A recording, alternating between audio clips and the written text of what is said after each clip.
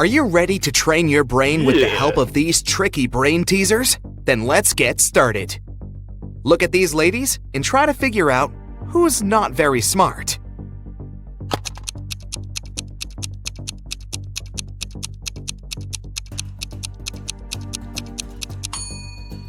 Even though the first woman looks as if she's about to touch a hot iron, the device is actually unplugged, so she won't hurt herself. The second lady, though, is about to touch a heated waffle maker. Oh no! John's parachute hasn't opened, and he's now plunging toward the ground. Does he have higher chances of survival if he falls into a lake or on a haystack?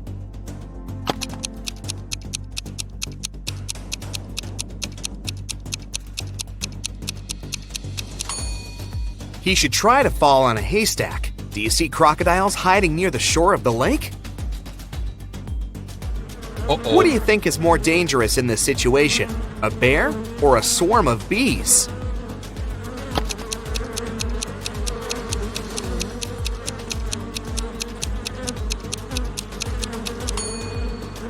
Look, the bear is about to run after its prey. It won't pay any attention to you. But bees seem to be angry. They'll most likely go after you. Look at these people. Who's most likely to survive? The man hanging over the fire? A woman tied over a barrel filled with toxic liquid? Or this guy swinging over a field of sharp needles?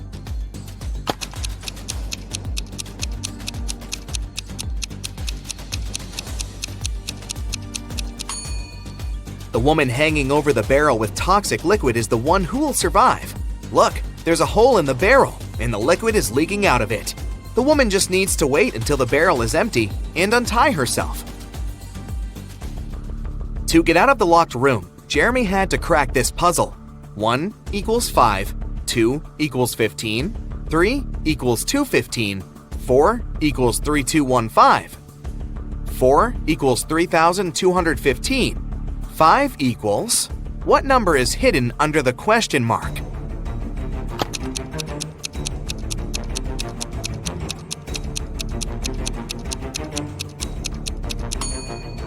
It's 1. 5 equals 1 because 1 equals 5. But the door of the room still didn't open. Apparently, Jeremy had to solve another riddle. He had to arrange 4 9s in such a way that they were equal to 100. He could use any math symbols. How can the guy do it?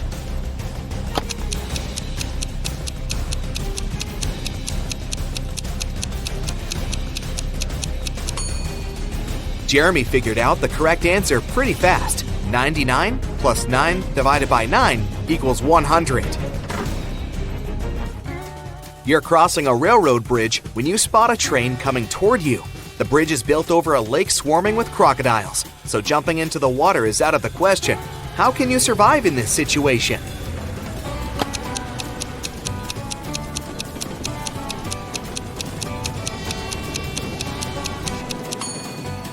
You're farther away from the shore you came from and won't have enough time to get back to that side. So your only option is to run toward the train really fast and turn left or right when you cross the bridge. Jack is taking part in a challenge. He's reached the final stage, which takes place in a desert. If he succeeds now, he'll win $1 million. There are 4 pots in front of him. In each of them, there's a key. Jack needs to get any key from any pot. But on top of the first pot, there's a bowl filled with a strong acid. The second pot is covered with a bowl full of venomous spiders. In the bowl placed on the third pot, Jack sees a raging fire. A viper is curled up in the bowl, covering the fourth pot. Jack isn't allowed to drop the bowls or turn them over. Which pot should he choose?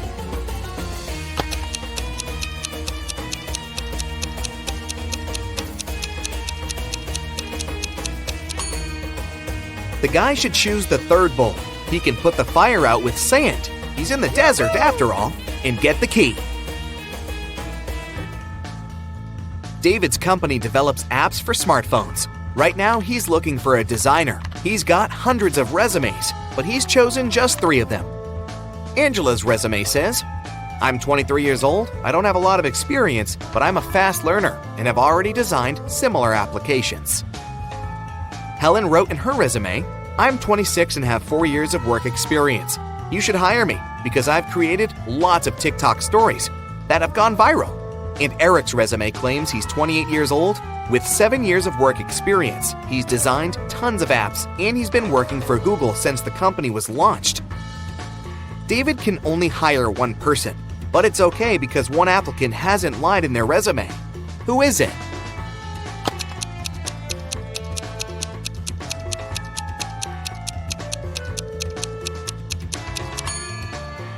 Eric has just 7 years of work experience, but Google was officially launched in 1998.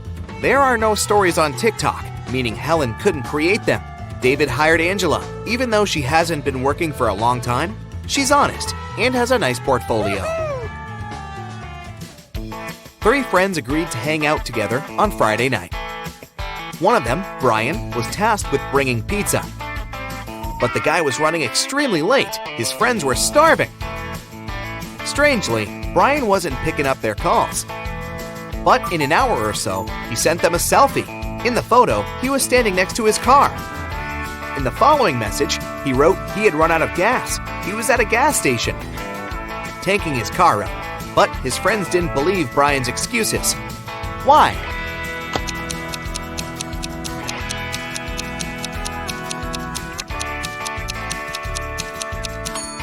In the picture, it's clearly seen that the guy has got an electric car. It doesn't need gas.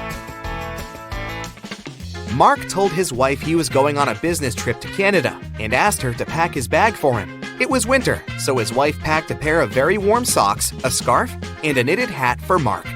When Mark came back, he said that his business trip was successful.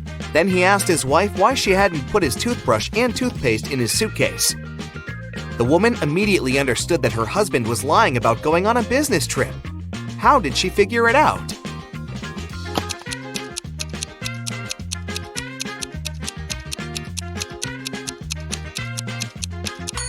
She put his toothbrush and toothpaste under the scarf, hat, and warm socks. If he didn't take them out of his bag, it probably wasn't very cold outside, which means that, most likely, he was not in Canada.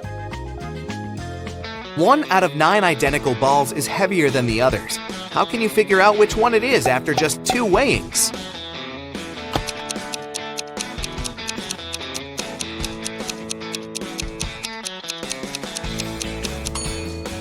You need to divide all the balls into 3 groups and weigh 2 of them. That's how you can figure out which group contains the heavy ball. After that, you should pick 2 balls from the heaviest group. Weigh one against the other, and you'll understand which ball of the 3 is the heaviest. There was a blackout in the city, but the bus driver still noticed a dog on the road and managed to stop in time and avoid hitting the animal. How did he do this?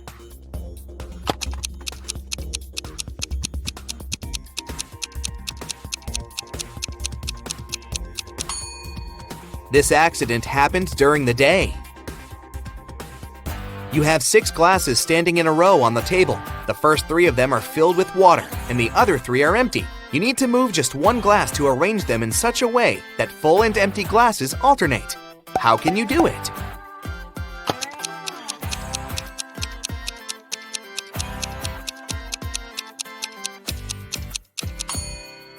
Just pick up glass number 2 and pour the water into glass number 5. You enter a room and see that there's nothing inside but a blackboard on the wall. There are 4 words written on it: pin, check, boiling, view.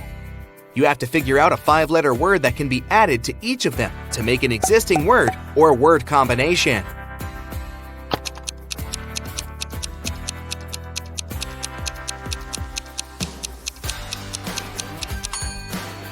Have you realized that the necessary word is point? Then you'll get pinpoint, checkpoint, boiling point, and viewpoint. Now, you're in a strange building that looks like a planetarium. There are photos of distant stars on the walls. In the middle, there's a screen with a riddle on it. NEUSRNERRSTH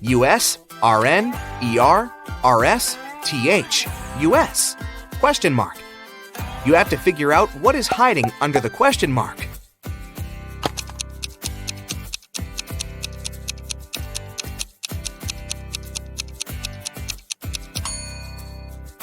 If you've realized that the correct answer is RY, congratulations! The list is made up of the last 2 letters of the names of the planets of the solar system, in the order from Neptune to Mercury, Neptune, Uranus, Saturn, Jupiter, Mars, Earth, Venus, Mercury. 2 daughters and 2 mothers went out to a cafe. Each of them ate a slice of pizza, but strangely, only 3 slices were eaten. How come?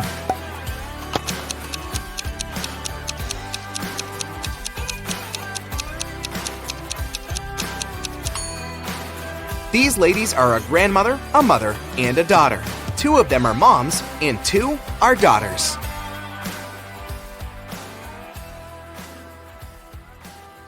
Louis returns home after sunbathing on a beach. He turns on the stove to make an omelet. Sometime later, while he's having breakfast, someone knocks on his door. Several men introduce themselves as maintenance workers. They tell Louis about a gas leak in his apartment and ask him to evacuate immediately. Louis slams the door in their faces and calls the police.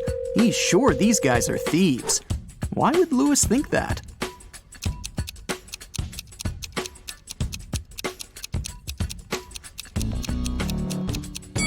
He fried his eggs on the electric stove, not a gas one. Thieves wanted to lure him out of his apartment and steal his stuff.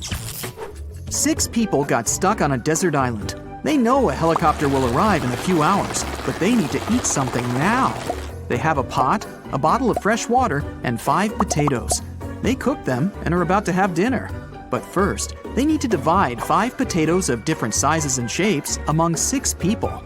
And the food should be distributed equally. How can they do it?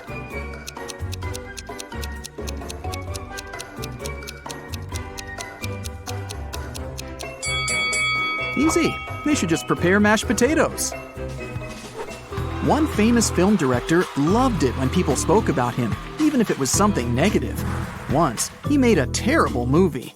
The man wanted people to hate it. Critics and viewers called his movie bad, unacceptable, ridiculous, and embarrassing every day. And the director enjoyed it. A couple of years later, in an interview, he asked a journalist, "So, what do you think about my latest movie?" The journalist replied shortly, but his answer offended the director. What did the journalist say?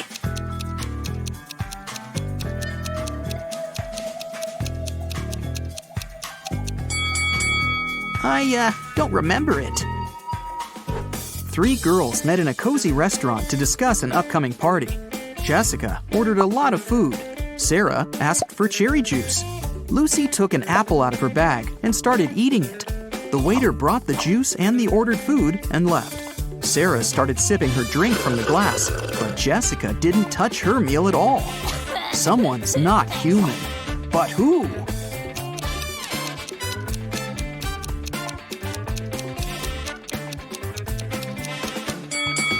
It's the waiter. Did you see that his hands were covered with scales and his pupils looked like those of a snake? A traveler is walking through a dense Amazon jungle. He's looking for a unique artifact that once belonged to an ancient tribe. If his mission is successful, he'll sell his find for millions of dollars. He comes out of the jungle into a wide clearing and sees 2 caves. They're both filled with traps, but only one of them contains the treasure. The traveler's sure he'll be able to deal with all the dangers, but only if he chooses the right cave. Which cave should he opt for?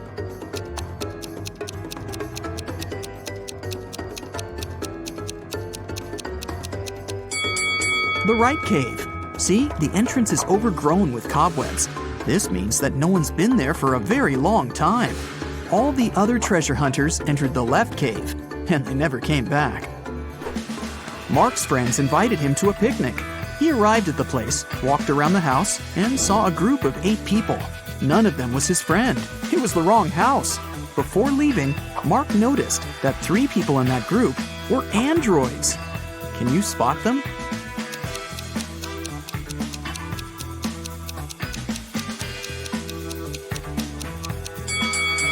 That guy is pouring a drink from a gasoline container.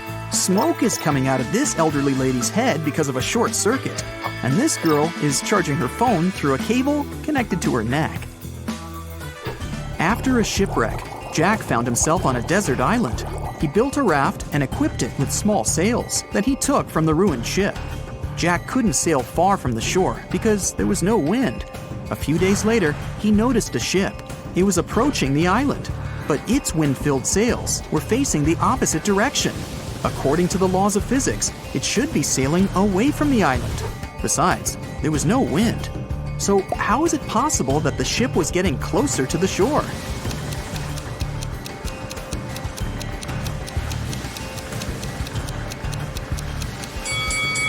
The ship was equipped with a motor.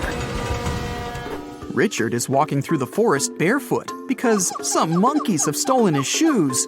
He's cold and hungry. Fortunately, he spots a hut. Smoke is coming out of the chimney, and light is shining through the windows. 3 paths lead to the house. The first is covered with red-hot coals, and there are loads of rusty nails on the second one.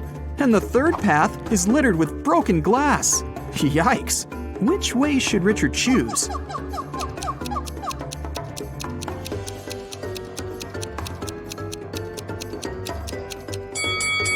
It's cold, so Richard can wait until the coals cool down. And while he's waiting, he can warm up next to them.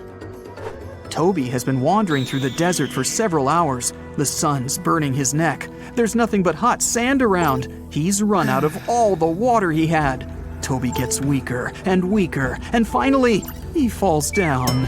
At this moment, he sees 2 tiny ponds. Toby only has enough strength to get to one of them. Which of these ponds is a mirage, and which is real?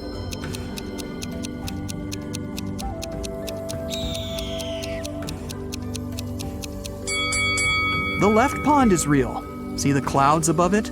It rained there, and the rainwater formed the pond. At the edge of the forest, quite far from the village, there was an old house. Its owner found his TV broken in the morning. Someone had smashed the screen.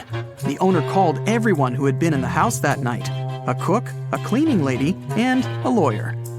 "Who broke my TV?" the man asked. "I was cooking dinner. I didn't touch anything," the cook said. "I was cleaning the basement," the cleaning lady answered. "I was upstairs. I spent the whole night studying the documents," the lawyer replied. One of them is lying. Who is it?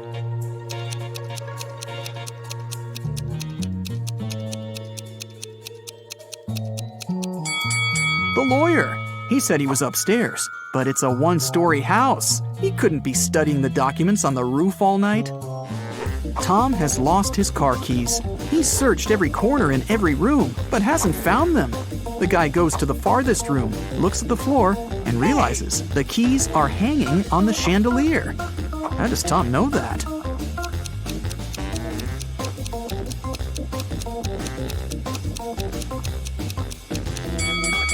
The floor is reflective. An elderly philosophy teacher began an exam. His students were sitting in their seats, listening to him. "Here's a task for you. Prove that everything that happens around me is real, and I'm not sleeping. Whoever writes the most convincing proof will get the highest points."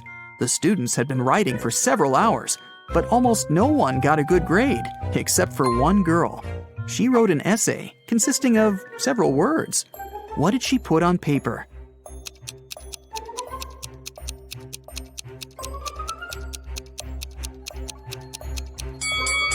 You can't read this if you're asleep. By the way, you can use this tip while sleeping. It's almost impossible to read anything in a dream. Therefore, to find out whether you're asleep or not, look at your phone and try to read something.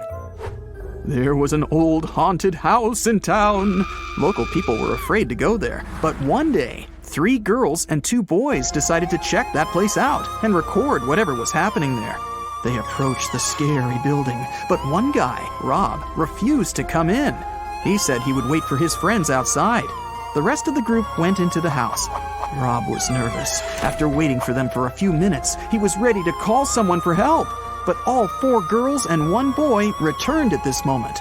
Rob realized there were ghosts in the house and ran away from there. How did he know that?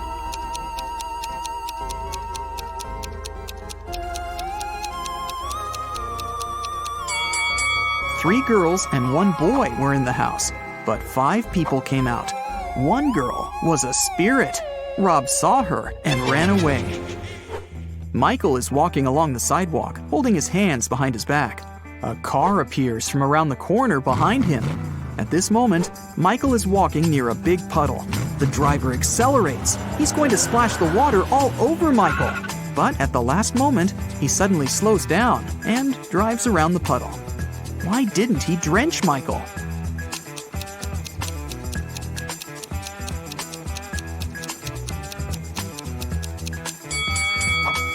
Michael was carrying a brick behind his back. The driver was afraid that Michael would throw it at his car, so he didn't drive over the puddle. Alexandra is walking around an old castle. There are lots of portraits of kings and queens on the walls. The corridor is lit by candles. Alexandra goes down to the first floor, where several people are dancing. The girl feels as if she has somehow traveled to the previous century. But wait a minute, this is all fake. How did the girl understand that?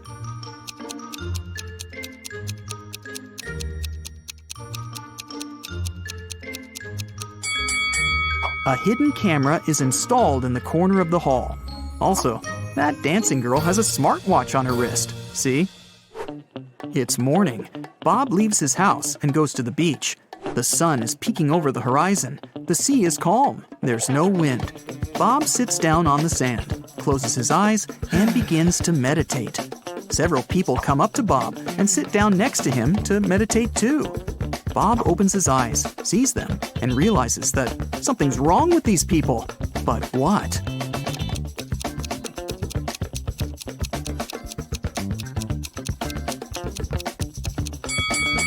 Look at Bob, and now at how these people are sitting. They aren't touching the sand. Their bodies are half an inch above the ground. Okay, now let's check and see how many correct answers you got. 0 to 3 points. Don't get upset. There's no need to try to find stuff everywhere. Sometimes you just need to trust your intuition. 4 to 7 points. More practice, more riddles, more logical tasks. And next time, you'll definitely get better results. 8 to 11 points. Oh, not bad. But sometimes you probably were inattentive. 12 to 15 points. Wow, nobody can fool you. You can always figure out the truth. You're great, but not the best of the best yet. 16 points. Whoa! You are the king of riddles. You always remain attentive to details. And also, you have awesome intuition. Hey, I've got a couple of riddles for you today, but those are hard, so start your brain engine and let's go. There was once a magical forest inhabited by elves and gnomes. Since they didn't get along very well, they lived in two different parts of the forest to avoid all conflict. One day, centaurs invaded the forest and elves and gnomes were forced out, running in different directions. Let's follow a small group of 6 creatures, 3 elves and 3 gnomes. They ran west, but unfortunately, they stumbled across a lake. None of them could swim, but luckily, there was a raft. The raft could only carry 2 creatures at once, 2 elves, 2 gnomes, or 1 elf and 1 gnome. So you need to figure out a way for all of them to cross the lake safely. Now, here's the problem. If there are more gnomes on one side than elves, they will attack them.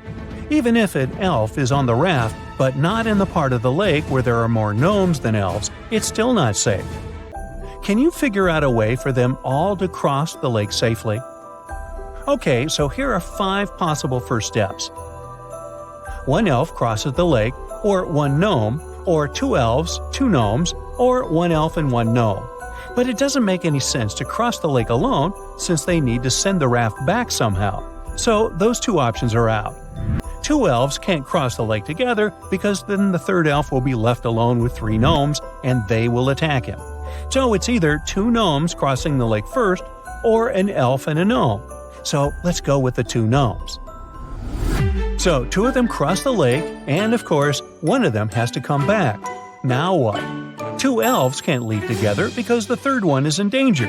If an elf and a gnome leave together, then the one who is leaving will be in danger as soon as they cross the river. So 2 more gnomes leave together, and then 1 comes back. An elf and a gnome can't leave together because then there will be 3 gnomes and 1 elf on the other side. So this time, two elves cross the lake together. Who comes back? Not an elf, because the other one can't be left alone there. A gnome can't go back alone. Otherwise, there will be two gnomes and one elf on the first shore. So, a plot twist. An elf and a gnome come back together. Now, two gnomes can't cross the lake. An elf and a gnome can't go either. So the two remaining elves go to the other shore together. None of them can now return since there are two gnomes left on that shore.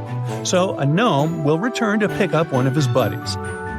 Then another gnome will go to pick up the last gnome. But it's not the only solution. You could also succeed by sending a gnome and an elf together as a first move. Here's a graph of how it would play out.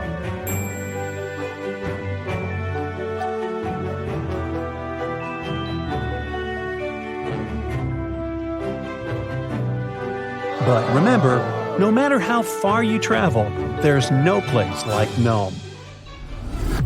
Okay, great job! Now it's time for the second riddle, and this one comes from Esme. This girl often goes for a walk in a forest and typically gets lost. This time, though, she doesn't get lost. Here's her way home, but she's tempted to go visit her old friend, a witch, who lives in that forest. Esme has an amazing riddle, and it's pretty hard, so she thinks she has a good chance of winning the witch's cat. So, Esme goes to the witch's house and offers the following. I bet you can't solve my riddle. If I'm right, your cat will go home with me. The witch believes she can solve any riddle, so she takes that risk. Esme puts a big acute triangle on the table. Here, you can make 7 cuts to make this triangle disappear. Every piece you cut off that is an acute triangle will disappear. But if a triangle has an angle that is right or obtuse, that piece will stay. Once again, 7 cuts, and you have to make the whole triangle disappear. Not a single smallest piece can be left. So, how can the witch do that and keep her cat? Whenever you make a cut, it'll either produce 2 right angles or an acute and obtuse angle. The witch seems to be doomed, but then she looks at the pizza she hasn't finished. When you cut into more than 4 pieces, all angles are acute. The problem is that a pizza is round, and we're dealing with a triangle. Still, the trick also works with other shapes, like hexagons and pentagons. Good for the witch, she can make a pentagon out of this acute triangle by making just 2 cuts. The small cut-off triangles are acute, and they disappear. Now, the witch needs to deal with the pentagon like she does with a pizza. Cut it into 5 pieces using the last 5 cuts. That's a success story. Hey, we know you like the cat, Esme, but maybe get one of your own. Okay, do you think you can crack another one? I promise it's the last one for today, and it's quite fun. No more geometry. Here's how the story goes. 1,000 years ago, 6 siblings founded a magical school. Ingram, Regalia, and Corona are witches, and Agnard, Ardumo, and Modnar are wizards. A pair of siblings found a house each, and the names of those houses are Rymeth, Madlo, and Demora. All 6 of them also founded the 4th house, named after their 7th sibling who went missing when they were young. You are invited to study in the magical school, but as you arrive, you have to be sorted into your house. You have to put your hand on the sorting book and wait for its decision to light up on the cover. When you do it, the book sees potential in you. So instead of sorting you into one of the 3 houses right away, it gives you an opportunity to get into the 4th house, where the most gifted young magicians go. To prove that you're good enough to be sorted into that house, you have to solve the sorting riddle. The task is to guess the name of the special house, which no one but its students knows. But you have some guidelines that can serve as hints. First, you have to find out who founded which house. Here are some statements. Every house was founded by a brother and a sister. Corona and Regula found Rymeth and Madlo, but not necessarily in this order. Ingram and Ardumo founded Madlo and Demora, but not necessarily in this order. Agnard and Regala founded the same house. Now, after you figure it out, The next step is to guess the name of the secret house. To find it out, find what all siblings have in common. So, are you gifted enough to get sorted into that special house? First, you have to find out who founded which house. So, the pair is always a brother and sister. Let's look at conditions 2 and 3. Each of them mention Madlo. Both Corona and Regala are sisters, which means that no matter who founded Madlo, it already has a sister founder. Therefore, Ingram, who is also a witch, couldn't have founded this house, which means that Madlo was founded by Ardumo, so Ingram founded Damora. Agnard founded the same house with Regala, so it was Modnor who founded Damora with Ingram. Therefore, it only leaves us with Rymith for Agnar and Regala. Finally, Corona founded Madlo. Okay, great. Now we have to figure out the name of the fifth house. What do the siblings have in common? Of course, all of them have the letter R in their names. Let's put them in the order of appearance of the letter in their names, starting with Regala. Under each of their names, let's put the name of the house they founded. Now, the respective letters under each R form the name Radota. That's the name of their missing sister, and that's what the fourth house is called. So, pal, if you figured it out, congratulations, and welcome home. Vincent got locked in a room with no windows and only one massive door. There's a panel with several buttons on the left and another one with a hint on it on the right. There's also a clock on the wall above the door. Which button should Vincent press to get out of the trap?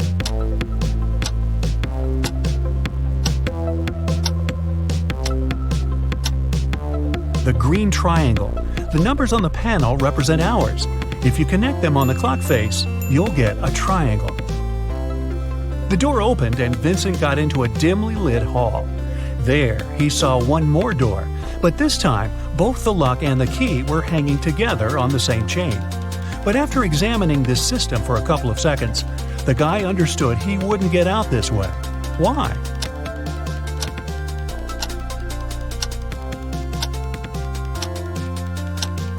The key has a different pattern. It won't fit in the lock. Vincent needs to look for another way to escape. Then Vincent notices a table standing in a dark corner. There's a piece of paper, a knife, and several inflated balloons lying on it. Vincent picks up the paper. It's a note. To get out of here, you must puncture a balloon with a knife. But if the balloon loses any air or bursts, you'll stay here forever. Vincent thought for a while, then he did something, and a hidden door opened in one of the walls. What did he do?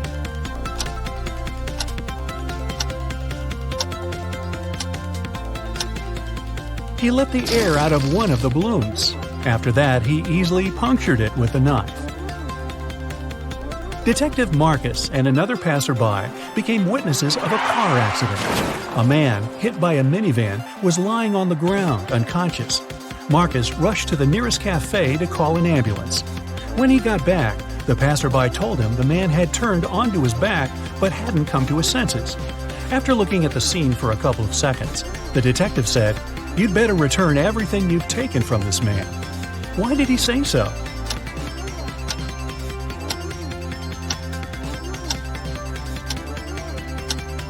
When they saw the man first, only one button was buttoned on his suit jacket.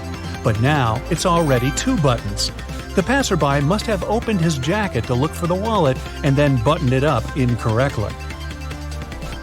Look at this picture and try to figure out who is an alien in disguise.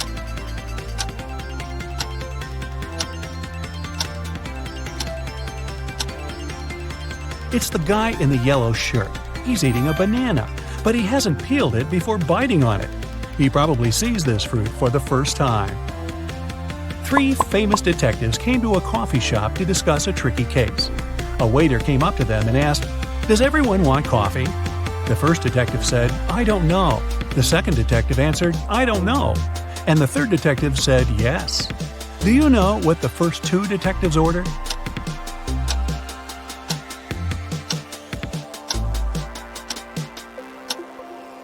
All the detectives ordered coffee. Each of them wanted to have this drink, But the first two couldn't know if it would be everyone's choice. If the first two detectives hadn't wanted coffee, they'd have simply said no. So, when the third detective heard the replies of his colleagues, he figured out both of them wanted coffee. And since he was also going to take a cup, he said yes. Ralph, Willie, Amber, and Grace are in a museum room. Someone stole a priceless exhibit from this room several hours ago. Ralph, Willie, and Amber claim they have nothing to do with the crime, but the detective doesn't believe them. They all get arrested and taken to the police station. Only Grace, who hasn't answered the question, is free to go. Why?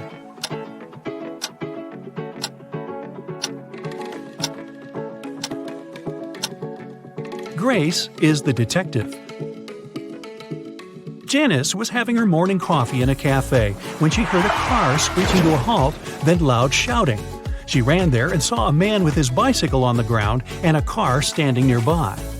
The cyclist didn't look hurt, and Janice helped him to get up. The car driver came up to them too. The cyclist pointed at the man. "He made me crash by hitting my bike with his car." But the driver said, "I saw him losing control of his bike in the mirror. Then he fell to the ground, and I stopped the car to go check on him." Janice almost immediately understood who was lying. Have you figured it out?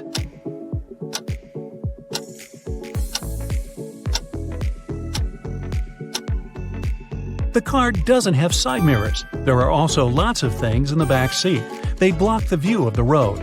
So the driver couldn't have seen anything in his rearview mirror either. He's lying.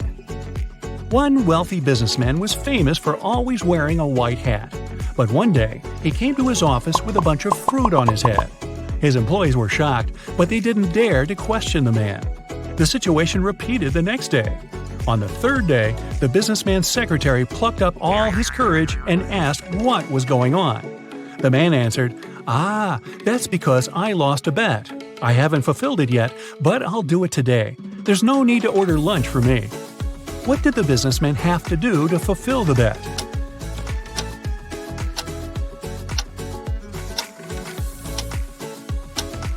When he made this bet, he said, "If I lose, I'll eat my hat." Detective Mark Darson suspected one man of committing a crime. He decided to stake out his house. Not too far away, he spotted an artist setting up her easel. Apparently, she was going to draw the criminal's house. At one point, the detective had to go away to the police station. He asked the girl to call him if she saw someone entering or leaving the house. She agreed. When Mark came back in the evening, the artist told him she'd seen no one. The detective immediately understood she was lying. How did he figure it out?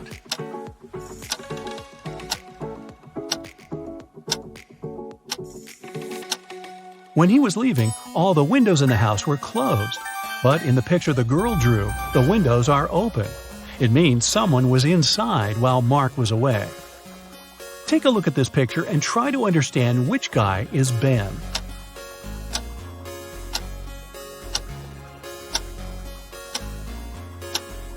Ben is the guy looking for something on the floor.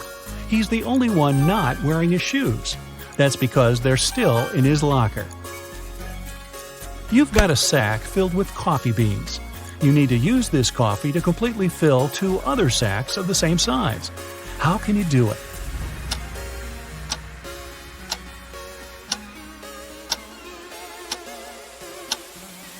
Put one empty sack into the other and fill them with coffee. A large sum of money was stolen from Mr. Green's safe. The police suspect Alan. But Alan says, "I don't know anything about safes or about how to open them. I'm a simple blacksmith." The detective doesn't believe him and asks Alan to prove it. He gives the guy one job-related task. If he copes with it, he's telling the truth. Alan gets 5 different chains.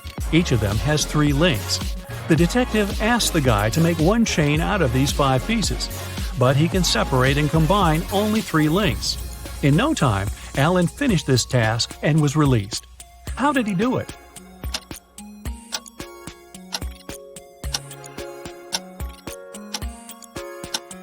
Alan separated 3 links of one chain and used them to connect the remaining 4 chains. Can you move just one matchstick to make a square?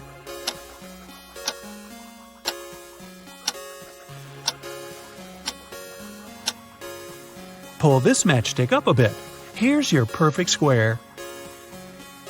Mr. Bernard, a famous inventor, lived on the 6th floor of an apartment building. After long months of work, he finally created a time machine. He packed lots of food, water, and other necessary stuff and was ready to test his invention. He set the timer so that the machine took him 500 years back into the past. Mr. Bernard was about to press start when a thought came to his mind. He took the mechanism and carried it to his garage that was on the 1st floor. Why?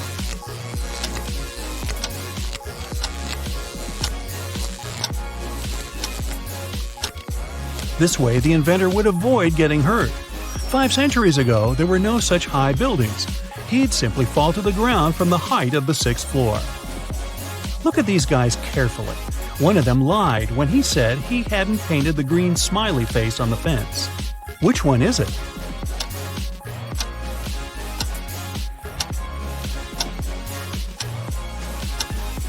It's the guy on the left. Check out his left hand.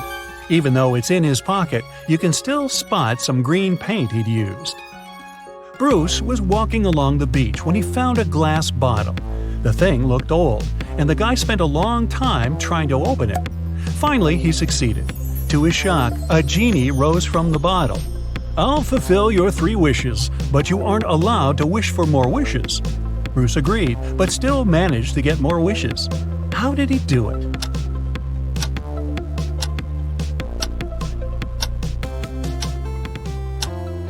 His first wish was that the genie allowed him to ask for more wishes. Several birds landed on trees, 1 bird for 1 tree. But in this case, one of them didn't have a tree of its own. Then they regrouped, with 2 birds sitting on 1 tree. After this, 1 tree was left free. How many birds and trees are there?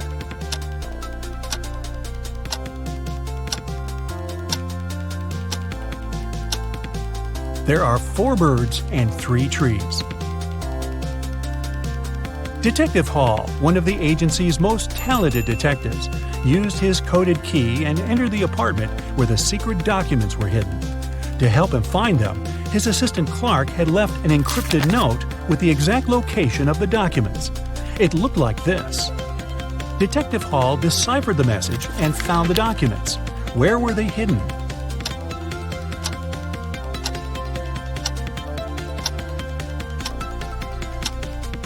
The note says, "Under the carpet in the studio." The detective just read it backwards and ignored the spaces between the words. Today, I only have 2 riddles for you, but it means that you're not going to crack them easily. Prepared? Here's the first one. Far, far away from any civilization, there is a remote island with 20 inhabitants. They were born there, and all their lives they've been into math, which helped them become pretty perfect logicians. Unfortunately, they're imprisoned, being trained to win the Nobel Prize, and they can't leave the island. Well, actually, there's a way. Each islander can approach a guard at night and ask to leave the island. If the islander who asked to leave has green eyes, they will be allowed to leave. If not, they'll be tossed into the island's volcano instead. So, obviously, no one takes the risk, because none of them knows their eye color. The thing is that all of them actually have green eyes, so each one could theoretically leave, but, well, none did. They don't have any reflective surfaces, they're mute, and they're not allowed to communicate with each other in any way. The only time they all see each other is during the lineup every morning. One day, I got the privilege to travel to the island and present myself during the lineup. I could make an announcement, but there was one strict rule. I couldn't tell them any new information unless I wanted to be thrown into a volcano. But I really wanted to help those guys out, so here's what I said. At least one of you has green eyes. How many days will it take all of them to leave the island after my announcement? Okay, maybe 20 is a bit hard to figure out right away. So let's first consider the case of 2 islanders, Etta and Phi. Both of them have green eyes, but they don't know their eye color. So the day when I announce the statement, they pay attention to it and look at each other, remembering the eye color. Etta sees that Phi has green eyes, which aligns with my statement, but she can't be sure that she has green eyes too. Fi does the same. She sees Edda's green eye color, but he isn't sure about his own eye color. So, the night comes and none of them leaves. When they both see each other the next day, they realize something. Edda realizes that if Fi had seen that she didn't have green eyes, he would have understood that the one person with green eyes was him and would have left the island that night. But he didn't do it. So, Edda realizes that Fi saw her green eyes and wasn't sure about his eye color. So her eyes must be green. Fi has the very same logic and figures out that he has green eyes too. So, now they both know it, and the second night, they both leave. In the case of the two islanders, they both left the second night. Now, let's say there are 3 people on the island: Edda, Fi, and Theta. Each of them sees 2 green-eyed people, but they still can't be sure about their own eye color. So, no one leaves the first night. In the morning, they see each other again, but unfortunately, none of them are sure again. Theta thinks that possibly her eyes aren't green, and Edda and Fi were watching each other. She figures that now they will both see that none of them left and will leave the next night. Each one of the 3 thinks so, and once again, no one leaves. The second night passes, and the 3 islanders meet the third morning. So, Theta is now sure that Edda and Fi weren't just watching each other, but her too. So she must have green eyes. Edda and Fi, who were following the same logic all the way, realize the same thing.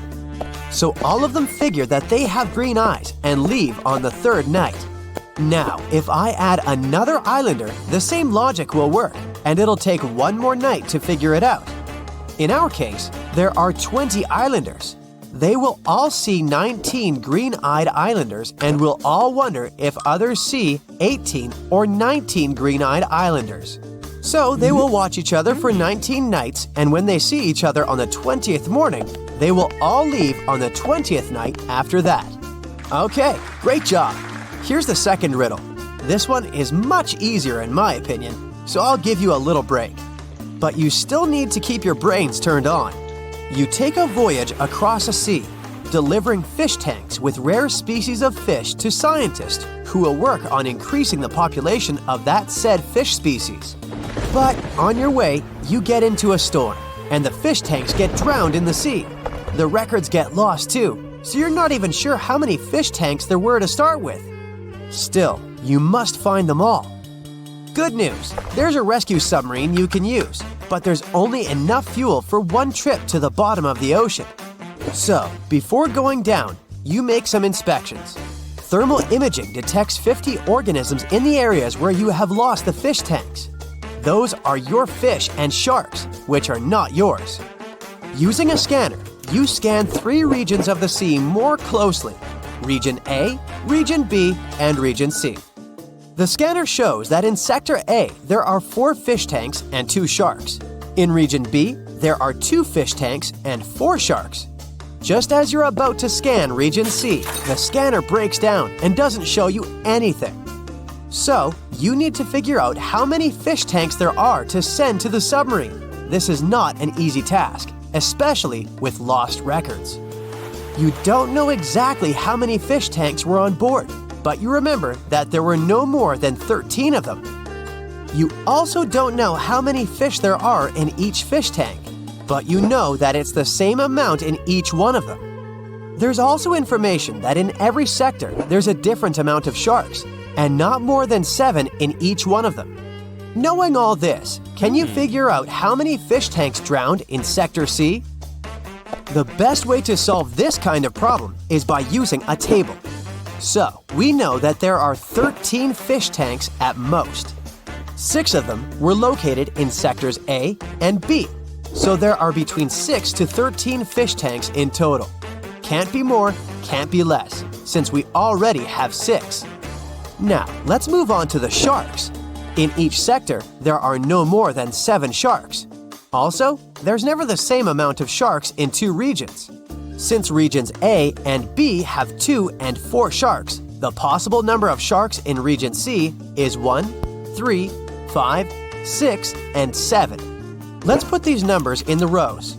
In a column next to it, we put 6 in each row. That's the number of sharks in regions A and B. Now we know that there were 50 creatures located in the waters. So for each possible amount of sharks, we can calculate the remaining amount of fish.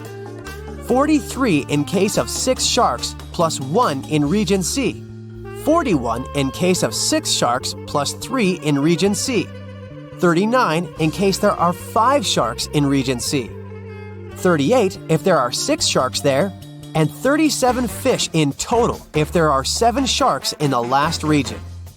Okay, now we have to remember that the number of fish is the same in every tank. So, the total amount of fish must be divisible by one of the possible values for the total amount of fish tanks. 43, 41, and 37 are prime numbers that aren't divisible at all. In case of 38, we'd need 19 tanks, 2 fish in each, but we know that the maximum number of fish tanks is 13. So the only possible scenario is 39 fish in 13 tanks, meaning 3 fish in each tank. So, in Region C, 7 more fish tanks got lost on the bottom of the sea. I hope you can find them all now.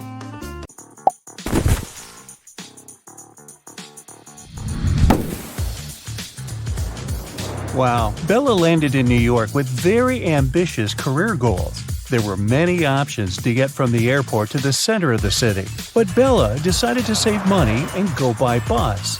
She had to purchase a ticket for $10, but a handsome guy popped out of nowhere and offered her a better deal. "Hey, my plans have changed and I don't need my bus ticket anymore. Want to buy it for $6? Bella agreed and gave him $6. It was a big mistake. Why?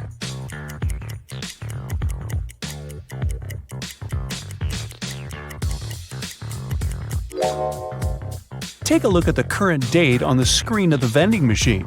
And now check the date on the ticket. It expired a decade ago. Finally, Bella arrived in Manhattan and found her hostel. She had booked a bed in a dormitory room.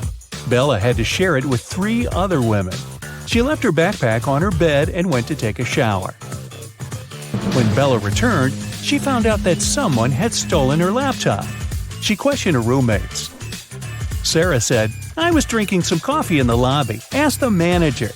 Kelly said, "I was sleeping with my earplugs in and my sleep mask on, so I didn't see or hear anything." And Chelsea said that she had been taking pictures on the roof of the hostel. Who's lying?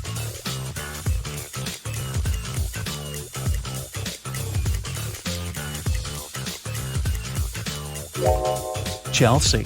Do you see the sign? The hostel rules strictly prohibit guests from going up to the roof. In the evening, at around 8 p.m., Bella got very hungry. She went out to get some food. She found a cozy restaurant. As soon as Bella entered, she witnessed a heated argument between a waiter and a customer. The customer claimed to have ordered tomato soup, and the waiter claimed that he'd only ordered hot chocolate. Bella realized which of them was lying right away. What about you?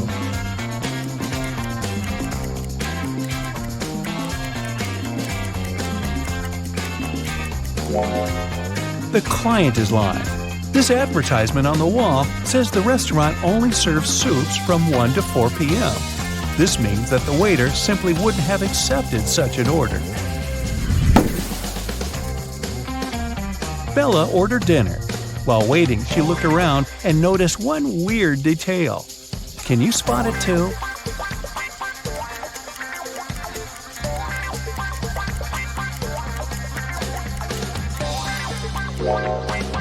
This guy is using tree leaves instead of money to pay for his meal.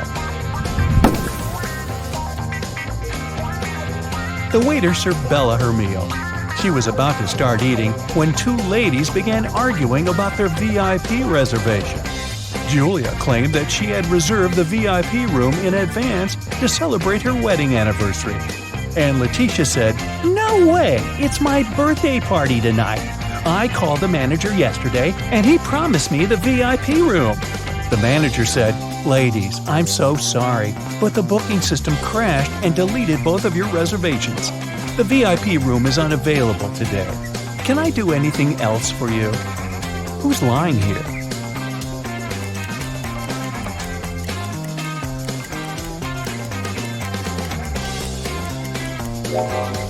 The manager. Take a look at the screen. Julia's reservation is still there. He lied because Letitia had given him huge tips to get the VIP room without any reservation. See? Boy, this is a crazy restaurant. The food better be worth it. After dinner, Bella saw Letitia in the ladies' room. She was crying. Bella asked her, "What happened?" Letitia didn't say anything. She just gave Bella her phone and showed this chat with her boyfriend. Can you tell what made Letitia so upset?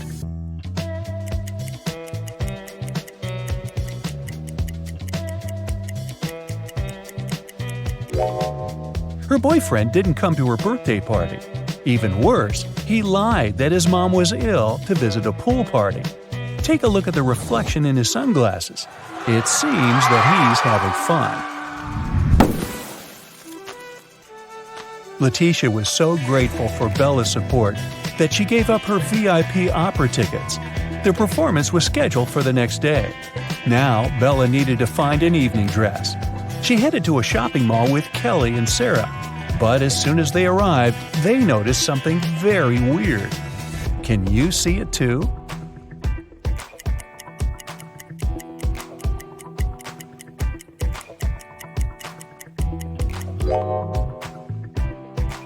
This mannequin has 3 arms.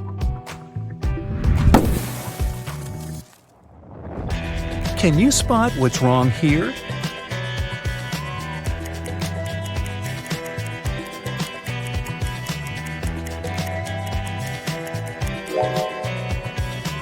The outfit sizes don't match the sizes on the hangers. What about the dressing room? Any odd details?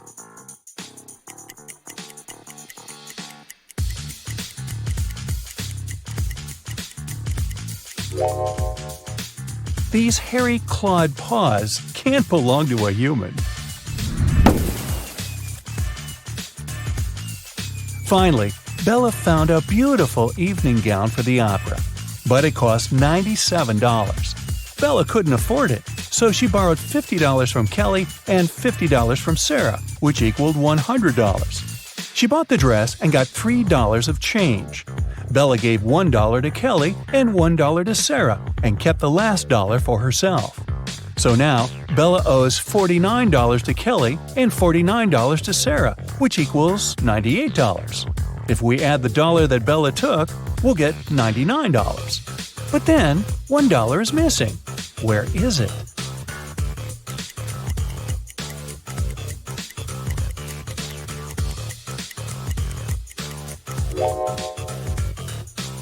First of all, we're led to believe that $1 is missing. According to the conditions of the riddle, Bella took $50 from Kelly and $50 from Sarah, so the sum of her debt was $100. After that, she bought a dress for $97 and got $3 of change. The total indeed equals $100. But the question itself offers us a mathematically impossible puzzle.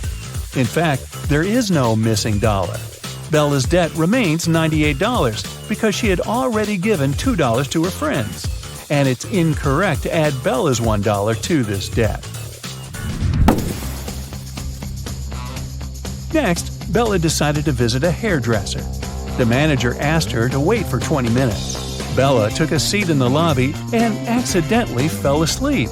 When she woke up, she saw that someone had cut her long, beautiful hair. She got furious and questioned 3 suspects. Maya said that she'd been busy with another customer. She didn't see what was going on in the lobby. Rick said that he had been eating his lunch outdoors. And Sally said, "Who do you think I am? I don't steal hair. That's ridiculous." Who is lying?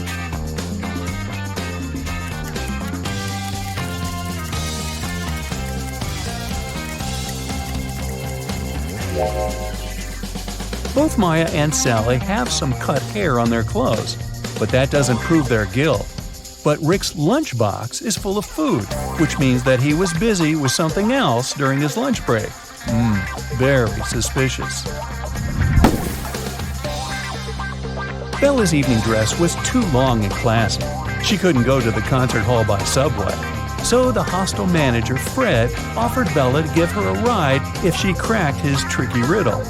I have no neck and no head. 2 arms, but no hands. I'm with you at school, I'm with you at work. What am I?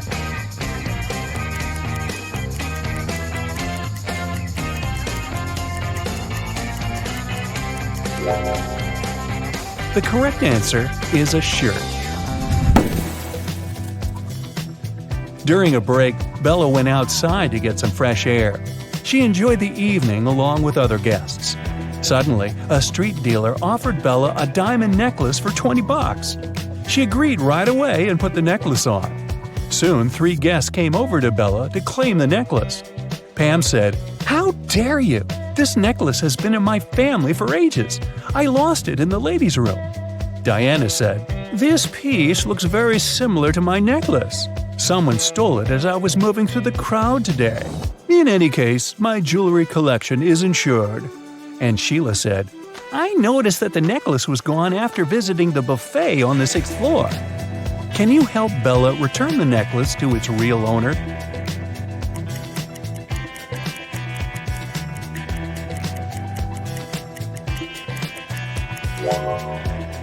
The necklace belongs to Diana. The concert hall doesn't have 6 floors. Pam and the street dealer have similar tattoos on their arms, so they must be scammers working together.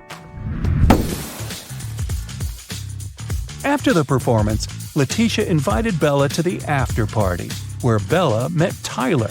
He claimed he was a famous violinist and showed Bella some pictures proving his luxurious lifestyle. But Bella realized that he was just a wannabe very soon. How did she understand it?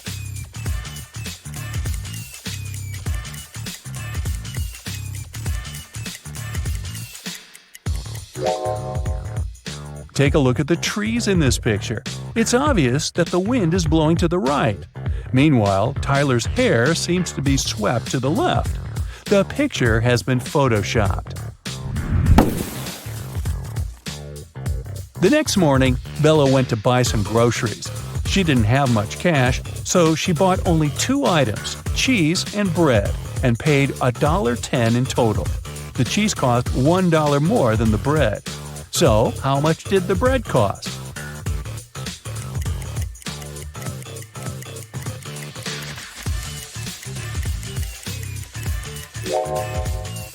The most obvious answer would be that the bread cost 10 cents.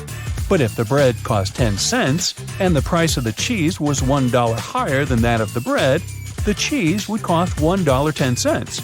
And the total, in this case, would be $1.20. The correct answer is that the bread costs 5 cents and the cheese costs $1.05. This indeed makes a total of $1.10. Does that make sense? Sense? After breakfast, Bella went to a job interview. The HR manager asked her to solve this riddle. She wanted to see how quick-witted Bella was. I am the only place in the world where today comes before yesterday. What am I? Bella cracked this riddle easily. What about you?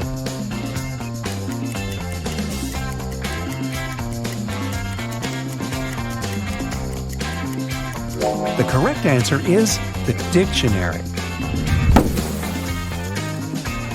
Bella got a job as a train conductor. On her first day at work, she entered a rail car to check the passengers' tickets. There were only 3 people inside, and only 2 of them were human. Can you tell who's not human?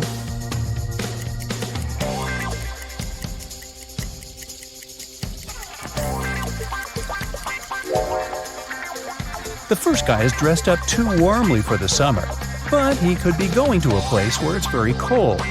That lady over there is drinking some green liquid. It's a bit strange, but there are plenty of colorful drinks in the world. As for this guy in the middle, he doesn't cast a shadow, so he's not human. Allison has 2 coins which total 35 cents. If one of the coins isn't a dime, what are the 2 coins Allison has?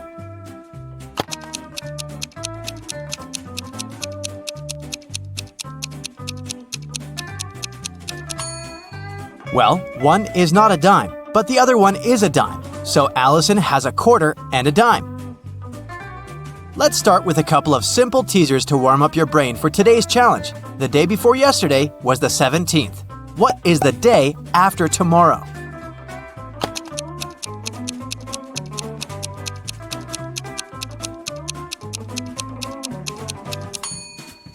If the day before yesterday was the 17th, it means that today is the 19th, so the day after tomorrow is the 21st.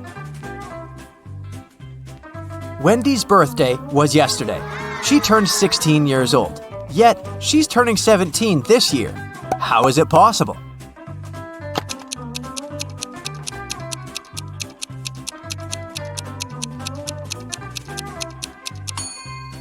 Wendy's birthday must be December 31st, and today must be January 1st, already the new year. A family is on vacation, carelessly chilling at the beach all day long.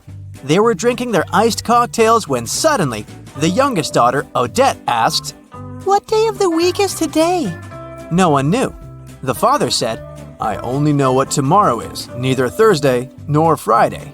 The mother said, "And I'm sure that yesterday wasn't Saturday or Sunday."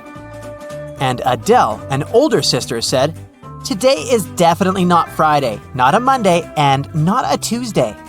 What day is today?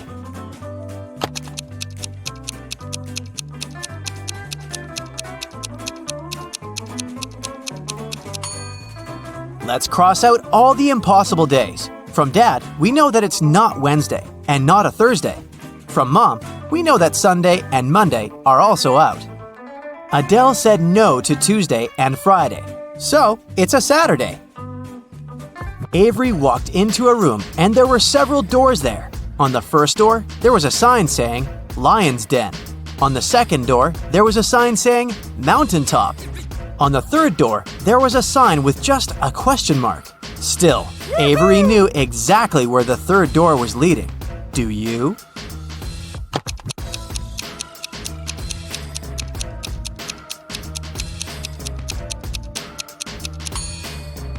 The third door is the door Avery walked through, so it led back there.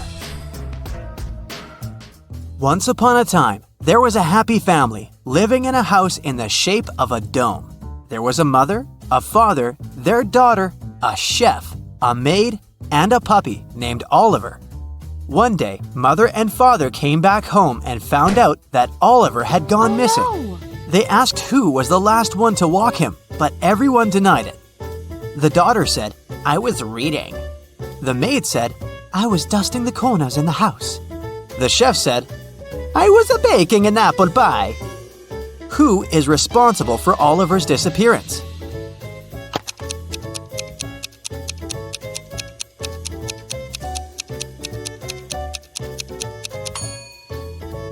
The maid. There's no corners in a dome-shaped house. Mrs. Lawrence has 3 daughters, Ava, Bethany, and Chloe. She's about to have another girl. What do you think she'll name her? Riley, Daphne, or Ava?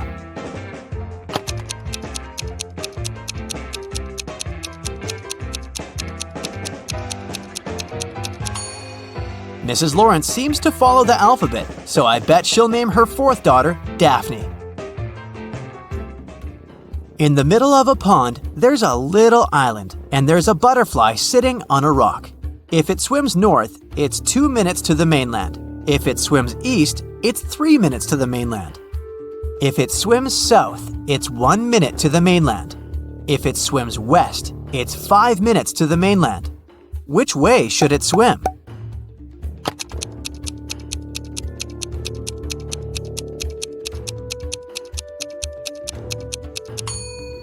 It shouldn't swim either way. Butterflies fly.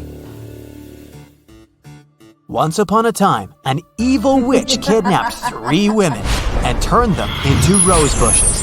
One of the women begged the witch to see her husband before she left him forever. The witch agreed. She took the woman home for the night and returned her to her rosebush state the next morning.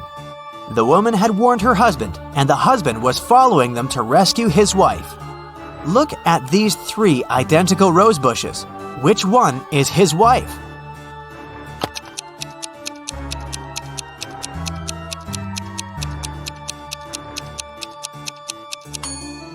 The rosebush that was his wife doesn't have any of the night's dew on the leaves. A married couple went on vacation. They locked up their house and gave the keys to a neighbor, along with instructions on what to control and maintain in the house. Just in case, the wife hid her jewelry in a safe place. While they were on vacation, there was a power outage in the house. There was no electricity for a couple of days, until the neighbor came back to check the house. The neighbor cleaned everything up by the time the couple got back. The wife couldn't find her jewelry. The neighbor swore that he didn't touch it. Where did the jewelry go?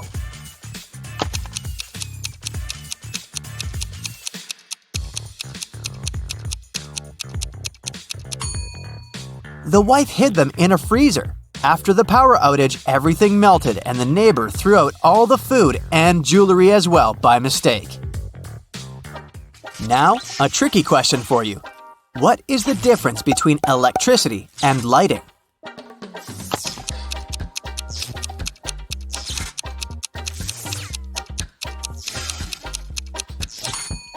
You have to pay for electricity.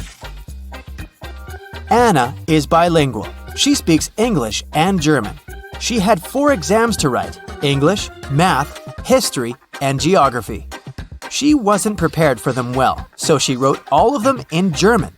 All teachers returned her tests because they couldn't understand anything and suggested she write the test on a different day, in English.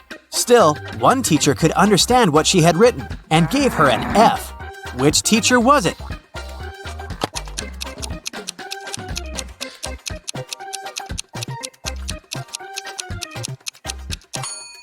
It's the math teacher. Mathematics is all numbers, and they're the same in most languages, so the teacher could understand everything and check the exam. It's an early Monday morning. William and Daniel are both driving to work. Who is not being smart?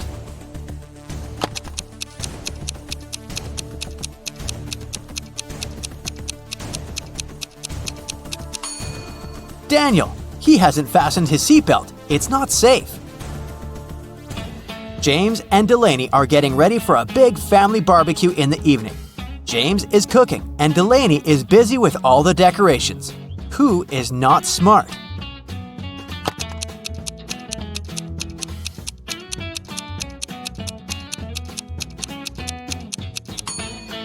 James. He's cooking in the direct sun and there's milk standing right there. It'll go bad very fast. Riley and Tessa are doing house chores. Riley is vacuum cleaning the house and Tessa is outside shoveling the snow. Which one of them is in danger?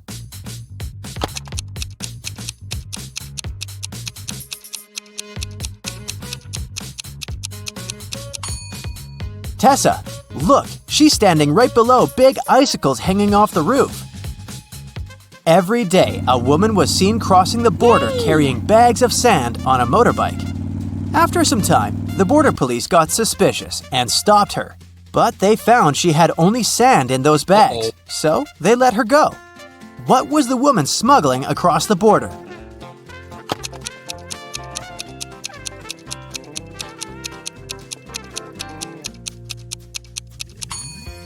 The answer is right in front of their nose. She's been smuggling motorbikes. Jonas lives on a farm. He just bought 7 horses. He's riding one of the horses, leading the rest to his farm. On the way, he's counting the horses he has, but he can only see 6. Problem, he paid for 7. He takes off, walks away, and counts the horses again. 7. Everything is correct. He hops up on a horse and keeps riding home. Midway, he's counting the horses again. 6. What do you think is his problem?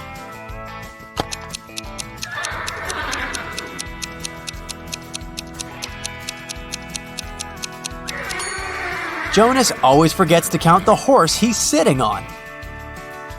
Grace and Hope are twins, and they like to mess with people.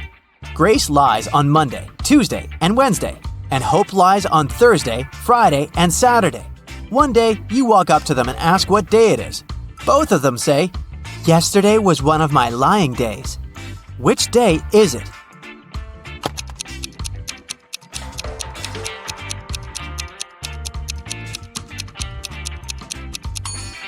It can't be a Sunday, because they both say the truth one Sunday, and someone is obviously lying now. So one of them is lying, and one of them is telling the truth. So it's either the first day Grace lies, or the first day Hope lies. So it's either Monday or Thursday.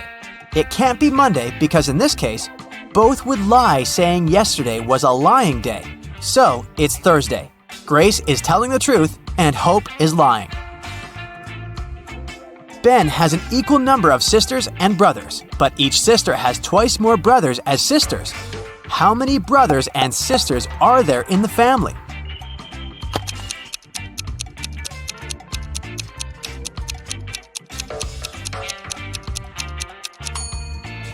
There are 4 brothers and 3 sisters. So every boy has 3 brothers and 3 sisters. Every girl has 4 brothers and 2 sisters.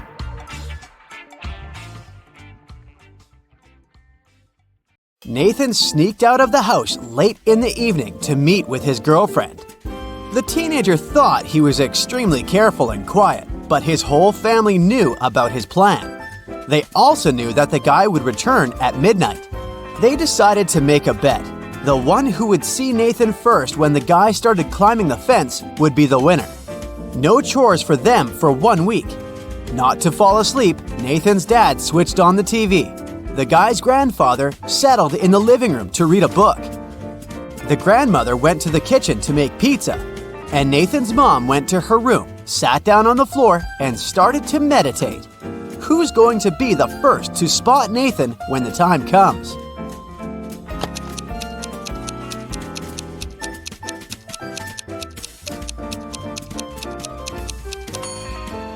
Nathan's mom. Her eyes will be used to the darkness, and she will see better than the others.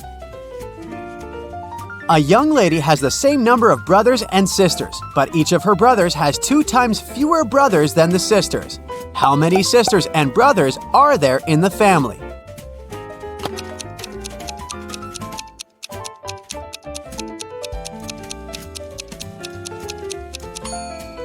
There are 4 girls and 3 guys in the family. A jewelry store called the police. He shouted, "My store has been robbed!" When the officers arrived at the place, they couldn't see the man. Suddenly, they heard someone banging on the door, hidden in the corner. When they unlocked it, they saw a man. It was the manager. "Someone locked me in here. It must have been one of the shop assistants." The police officers asked the man to call his employees. They were going to question them. "Just a second, I can't find my phone. Ah, there it is." The manager didn't even start to dial the number when the officers arrested him. Why?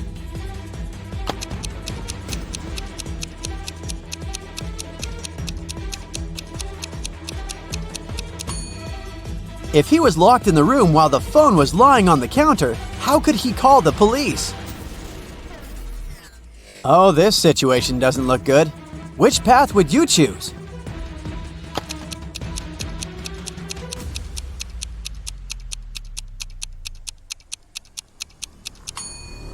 Walking over moving snakes? Yikes! These spiders with red crosses on their backs are highly venomous, so your best choice is to pick the third path. These piranhas aren't very large, plus they won't be able to bite through your thick rubber flippers. There are 2 people standing near the river. A boat can carry only one of them, and still, both of them manage to get to the other bank. How come?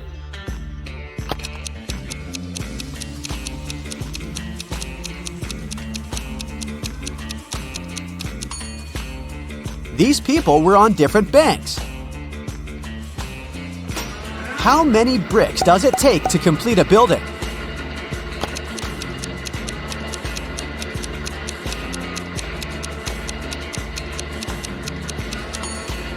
Just 1. It'll be the last one. How can you make 7 an even number without subtraction, addition, multiplication, or division?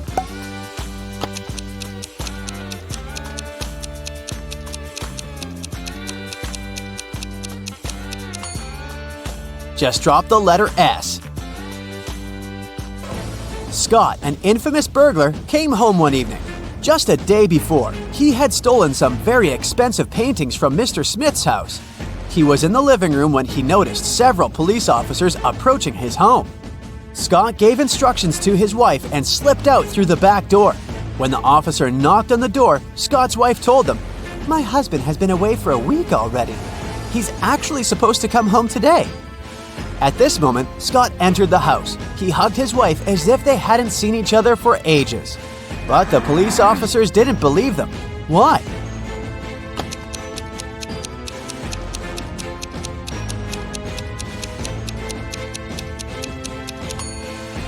Look at the dog. If its owner had been away for a week, the animal would be jumping around, happy and excited. But the animal saw Scott just a couple of minutes ago and isn't showing too much enthusiasm. Adam likes grapes, but not potatoes. He likes peas, but not onions, and eats squash, but not lettuce. Can you figure out the pattern and say whether Adam will eat apples or some pumpkin?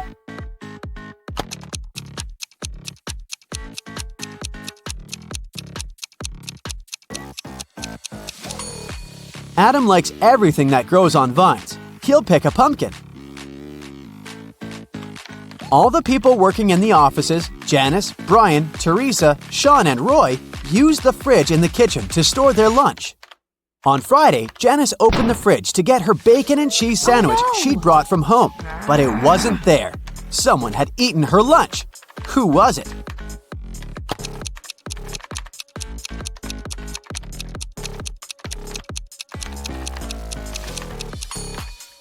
It couldn't be Brian. There's a wet umbrella near his desk. He's just come in.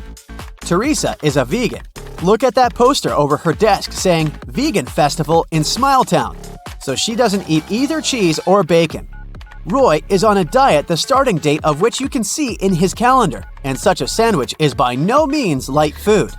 This means Sean was the one who stole Janice's sandwich.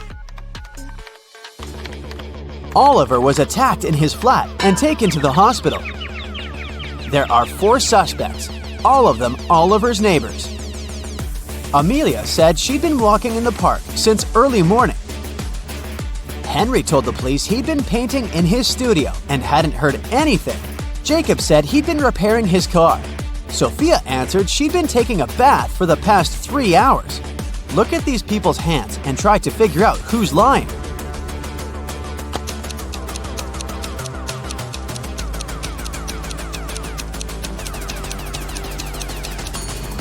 It's a bit strange that Jacob, who was repairing his car, and Henry, who was painting, both have such clean hands. But they could have been wearing gloves. On the other hand, Sophia's hands and fingers don't have wrinkles. But it would be a natural skin reaction after 3 hours in a bathtub. Carl, an heir to a giant fortune, was found unconscious during a loud party. His sister Sarah stumbled across him in the bathroom. The guy was lying on the floor. Sarah immediately called the ambulance and the police. Carl was taken to a hospital. Doctors saved his life, but the guy was still unconscious. He couldn't talk. When the police questioned Sarah, she told them that her brother had felt unwell. He went to the bathroom to freshen up. After some time, she heard some noise and went to check on him. Carl must have slipped and hit his head on the sink. After the police heard this story, the sister got arrested right away. Oh no! Why?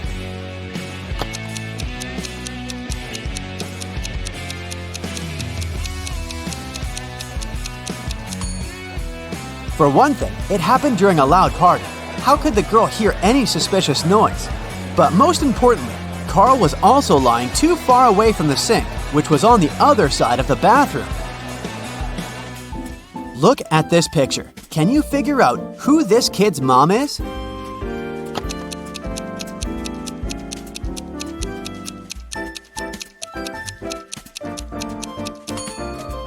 It's the woman on the left. She has 2 juice boxes on the bench next to her. Detective Lee was called to a small family cafe. The owner told him her story. I went away to the kitchen for a couple of minutes, but when I came back, I saw that all the money from the cash desk had been stolen. Oh no! At that time, there were only 3 visitors in the cafe. All of them were women. When the detective asked them who had taken the money, each of them exclaimed, "It was her!" The first woman added, "The owner is my friend. How could I do this to her?" The second woman said, "I was looking out of the window, drinking my coffee. I didn't see anything." And the third woman claimed she would never steal anything. Who took the money?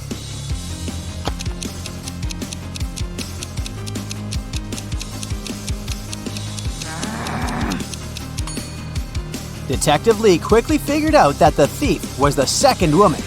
First of all, the two others pointed at her. Secondly, she claimed that the first woman had stolen the money. But if she had been looking out the window, how could she know this? Someone stole several expensive t-shirts from a designer clothing store. The manager told the security guard he had half an hour to find the thief. If you don't make it in time, you'll be fired. The guard rushed to watch the CCTV footage. Luckily, he managed to figure out who the thief was before his time ran out. And do you know who it was?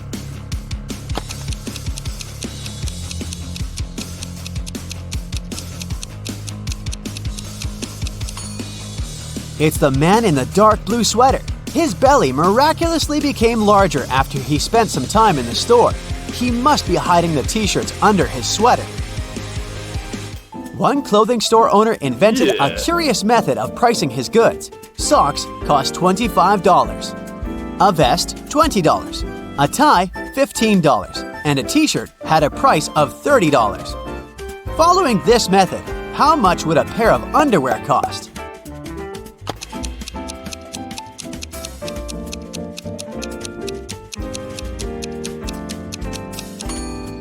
$45. The shop owner charged $5 for each letter of the item's name. Jack is in a cold cell. There's only ground under his feet. In the cell, there is one window, but it's impossible to escape through it. It's located too high above the floor. There are no stairs and no chairs, just a shovel. The man needs to get out of the cell as quickly as possible. He can't dig a tunnel and go deep underground, since the walls are really thick. Jack would get exhausted long before finishing digging his way to freedom. Can you guess the easiest way out of the cell?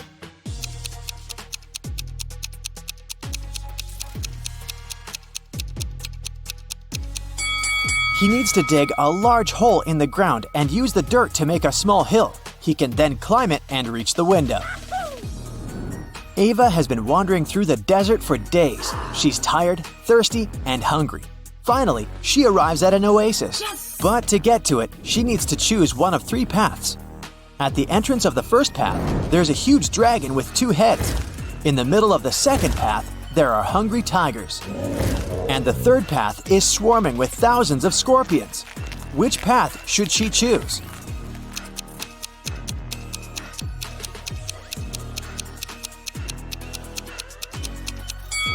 The first path. Dragons aren't real, so she'll be safe there. Jenny walks into a cafe and orders a cappuccino. The cashier tells her it's her lucky day. She'll give Jenny her cappuccino for free if she manages to answer a riddle correctly. Yes! The cashier says, there are 2 buckets filled with water all the way to the top. The buckets are of the same height, but the temperature of the water inside the first bucket is 25 degrees Celsius. While in the second bucket, it's 25 degrees Fahrenheit. If a person drops a coin in each bucket at the same time, which coin will hit the bottom of the bucket first? It takes Jenny a few minutes to answer the riddle, but she gets it right. Can you guess what she answered?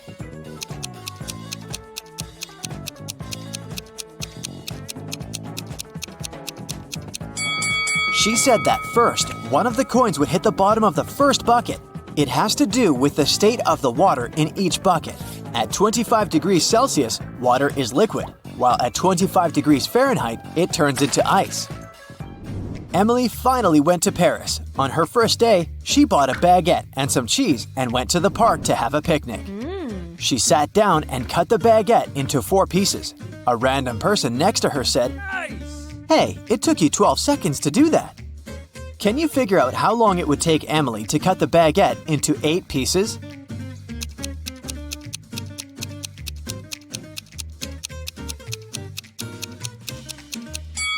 It would take 28 seconds. Here's how it works. To cut a baguette into 4 pieces, she needs to make 3 cuts. If it takes her 12 seconds to make 3 cuts, it means that she makes 1 cut in 4 seconds. Now, if she wants to cut the baguette into 8 pieces, she'll need to make 7 cuts. So, 7 cuts, 4 seconds each, 28 seconds. Every Sunday, Mrs. Moore gives her 4 daughters some pocket money. Half of the entire amount goes to the eldest daughter, Brianna. The second sister, Amy, gets half of the amount Brianna gets. Kate gets 1/6 of the total amount.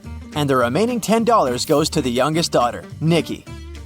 How much money does Mrs. Moore give to her daughters?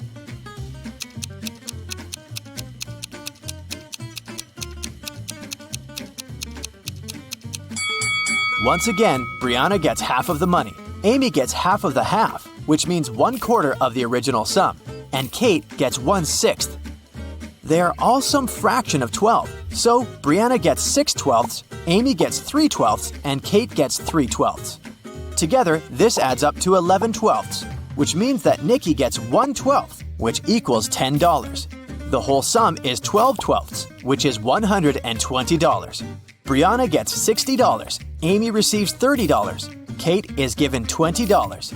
Hey, if I were Nikki, I would complain. Miss Taylor is the owner of a boutique that produces and sells expensive ceramics. On a Friday, when the working week was almost finished, she went to put the day's earnings in the safe and was shocked to find out that the money was gone. Someone had stolen it. Miss Taylor suspected it was one of her workers. She asked each of them what they'd been doing that day.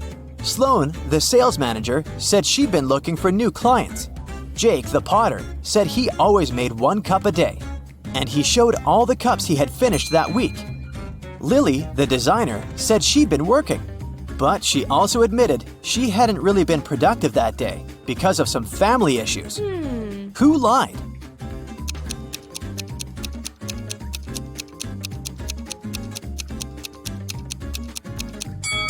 Jake.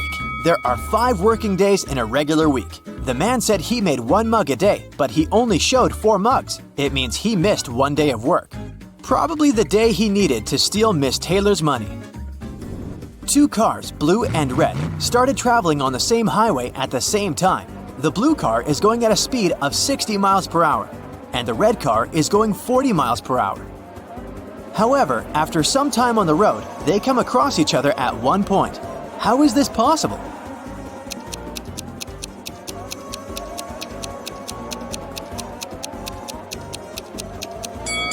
Well, they're traveling in opposite directions, so eventually they would pass each other anyway.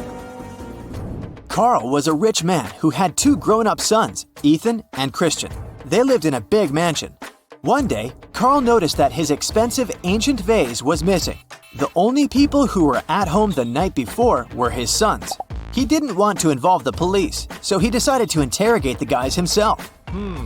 He saw Ethan driving through the gates. He was back from his daily visit to the gym. The young man said that the night before, he'd been practicing guitar and hadn't noticed anything strange. Then, Carl met Christian near the pool. The guy told his father, "Now I understand. Yesterday, I saw Ethan putting a box in the backseat of his car. It must have been the vase." But Carl immediately realized it was Christian who had taken the vase. How did he know?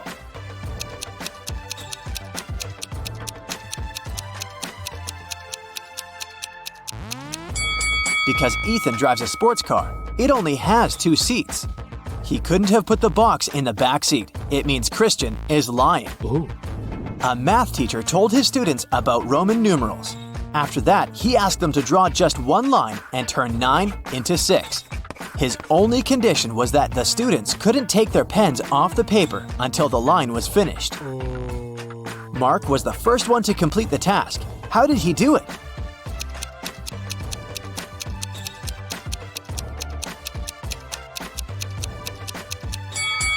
He drew the letter S in front of I, X, and got 6. There's a patch of magic grass in a field, and it doubles in size every day. If on day 1 it's just a patch of grass, on day 2 it's twice bigger, and so on. It'll take 10 days for the grass to cover the entire field. How long will it take the grass to cover half of the field?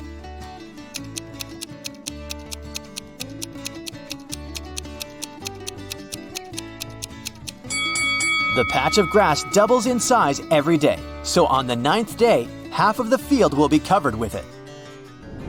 In a kingdom far, far away, an old king lived. The king was worried he had no heirs to his throne.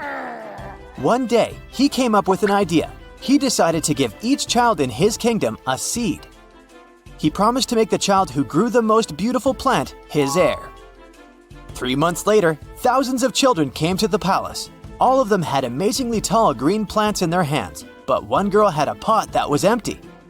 However, she was the one the king chose to be the future queen. What made him do so?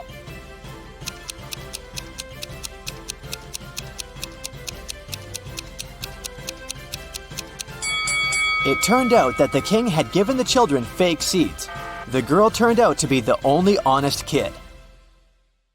It's the holiday season, but some evil force is doing its best to spoil the mood. No one knows what this force is or why it's ruining the holidays. That's when Detective Robinson comes into play. Help him crack these riddles to save the day. The first task brings the detective to the North Pole. Someone has been stealing Santa's cookies, which he keeps in the reindeer stables. Santa suspects that the criminal is one of his elves who works there, but he's also worried because all of them are allergic to chocolate, and the disappearing cookies are chocolate chip ones. Detective Robinson gathers all the elves in one room. One of them keeps sticking out his tongue and then blushing and apologizing. The second elf has traces of something brown on his hands. And the third elf keeps smiling and giggling. Look at them attentively and try to figure out which one is the thief.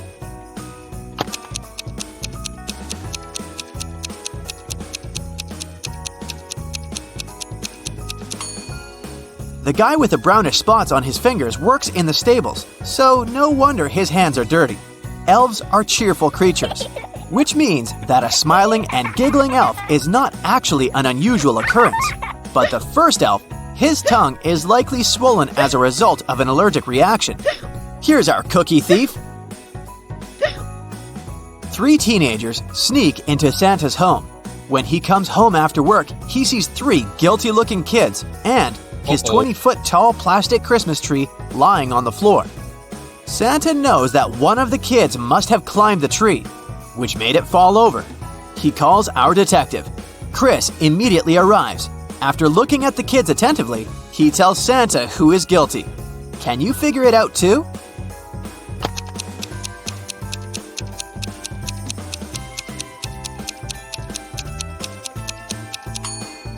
This guy with green hair looks as if he has some Christmas tree needles in his hair. But don't forget that the tree is plastic and can't lose any needles. The guy on the left has a star on his sweater that looks like the one at the top of the tree. But look, it's embroidered. Now, look at this girl with a pretty sparkly scarf. It looks suspiciously similar to tinsel decorating the Christmas tree. That's because it is tinsel. Busted! While the detective and Santa are away, solving the mystery of the overturned Christmas tree, someone steals all the presents from Santa's warehouse. After investigating the case, Detective Robinson has 3 suspects. All of them are elves. Each of the elves claims he was at home when the crime happened. The road is impossible to navigate on foot since it's been snowing for the last several hours. So, whoever did this had to use a sleigh. Can you help Chris figure out who the criminal is?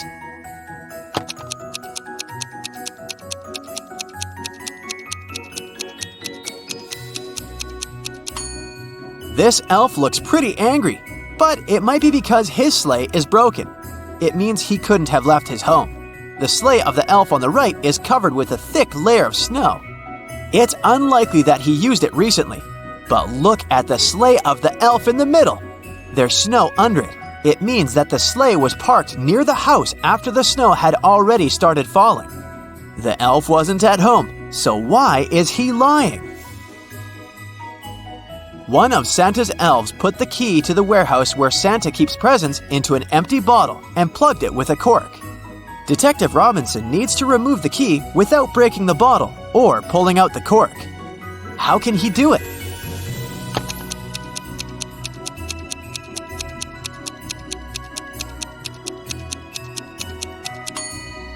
Chris pushed the cork inside the bottle and shook the key out. Detective Robinson's next task is unusual to say the least. He needs to go to a haunted gingerbread mansion and face one of 3 horrifying monsters. They've taken up residence in the tasty but currently unapproachable house.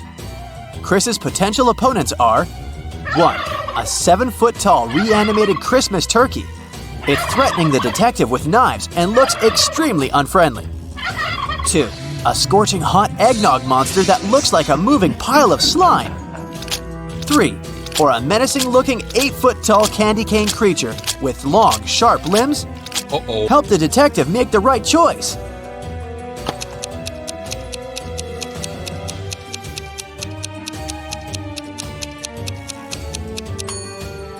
The turkey can be very dangerous with those knives. The candy cane monster's limbs are too sharp to come close to it. As for eggnog, besides being very hot, it doesn't pose any serious danger. The detective just needs to push the monster towards the gingerbread wall and it will absorb the creature very fast. Santa has an unusual problem.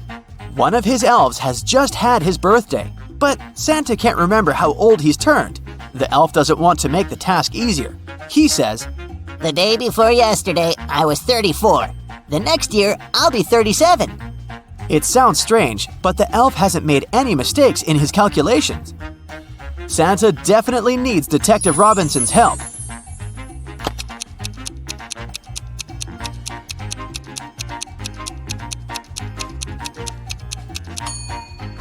The elf's birthday is on December 31st, and he's talking about it with Santa on January 1st. The day before his birthday, he was 34. The next day, he turned 35. A new year started the next day. This year, he's going to turn 36, and he will be 37 the following year. No day without an accident.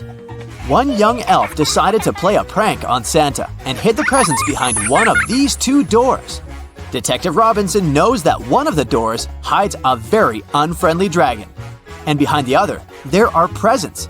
He needs to pick the right door, otherwise the holiday is spoiled. There are 2 signs on the doors. One of them is a lie, and the other is true. On the first door, it's written, "The presents are here. The dragon is in the next room." The other sign says, "The presents and the dragon aren't in the same room." Can you help the detective figure out where the presents are?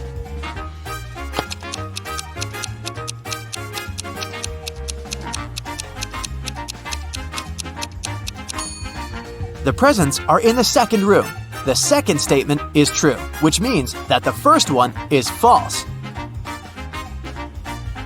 After a long working day, Santa comes home and finds out that someone has broken all the glass decorations on his Christmas tree. He's shocked and upset. He calls Detective Robinson and tells him he has 2 suspects. One of them is one of his reindeer. Santa saw him near his house 2 hours ago. The other suspect is an elf Santa scolded. Look at the scene and help the detective determine the criminal.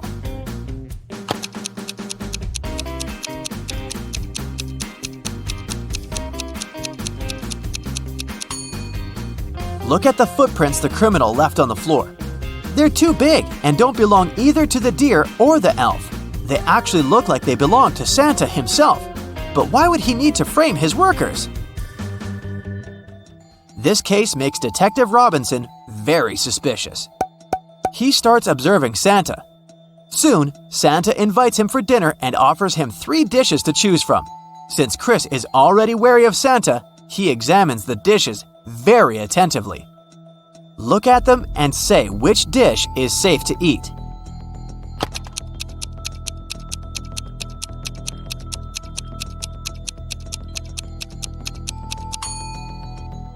These chocolate chip cookies look fine until you notice that these chocolate chips are actually bugs. The steam rising over this bowl of soup is suspiciously green. This dish is likely poisoned. The only safe option is apples. Look at this tiny worm. If it can munch through the apple, it's most likely okay to eat. So, does it mean Santa wanted to get rid of Chris after the detective started to suspect something? This Santa can't be the real one. After Detective Robinson finds out that the mysterious evil force spoiling the holidays has been the fake Santa all along, he starts searching for the real Santa. Soon, he comes across a basement with 3 doors. Behind each of them, there's a man dressed as Santa and claiming to be the real one. Look at them attentively and try to figure out which Santa is real.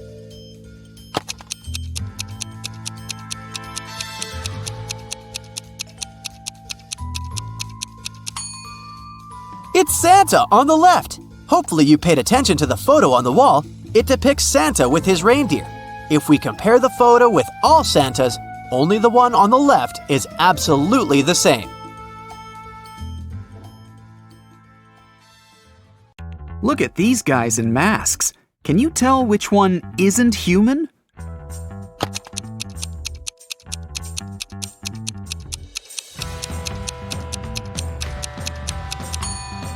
It's the one on the left. Look closely, and you'll see that the skin around its eyes is green. Alice, Beth, Cece, and Diana are standing in line to get a new video game. Alice is standing between Beth and Cece. Cece is in front of 2 people, and Diana is in front of her. Can you say in which order the girls stand?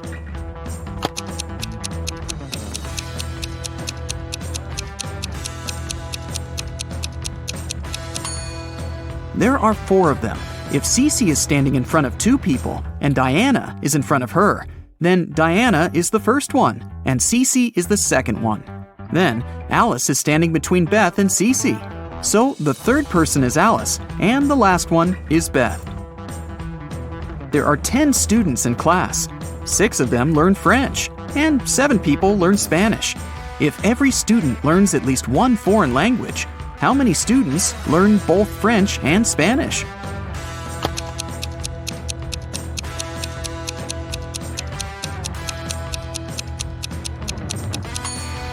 Six plus 7 is 13. And since there are just 10 students, the additional 3 are the ones that learn both languages. A police officer was following a robber around the city. Suddenly, the criminal rushed toward a hospital and disappeared. When the police officer entered the building, she saw 3 people. One of them must be the robber, who had dressed up to pretend to be a doctor. Can you tell who the criminal is?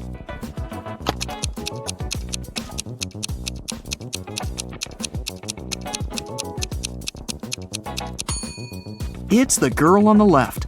Look at her shoes. They're dirty. She didn't have time to clean or change them. Taya was getting ready for a job interview when the lights went off. She was in a rush and didn't have time to wait till the lights were back on. The girl was almost ready. She only needed to put on her socks and boots. Taya had socks of 3 different colors: black, white, and gray. She didn't care what color her socks would be, but she needed 2 socks of the same color. How many socks should Taya take to make sure there will be at least 1 matching pair?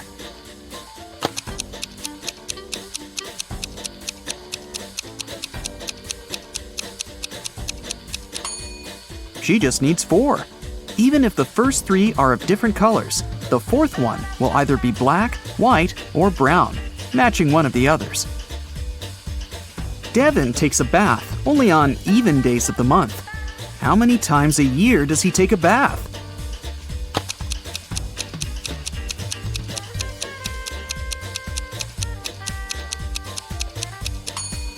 Well, let's see. Except for February, all months have 30 or 31 days. In a month, there are 15 even days. So, it's 15 multiplied by 11. In February, there are 28 or 29 days, which means 14 even days in any case. So, we add 14. In total, Devin takes a bath 179 times a year. It's an early Monday morning. William and Daniel are both driving to work. But who is doing something wrong?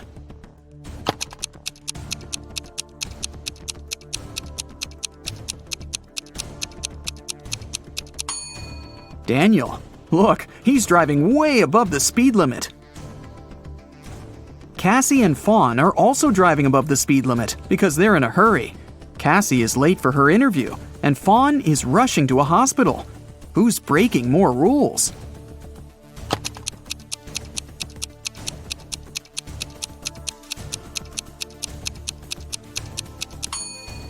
Fawn. They're both driving way above the speed limit, but Fawn isn't wearing her seatbelt. Caspian and Delaney are getting ready for a summer barbecue party. It's Delaney's birthday. Caspian is cooking, and Delaney is busy with the decorations. Who is not very smart?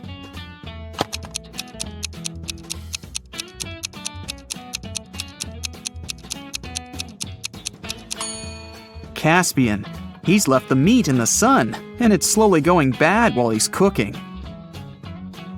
Everly and Bridget are sisters, and they're both going out on a date tonight. They both play tennis, so they told their parents that they were going to practice. Who's worse at lying?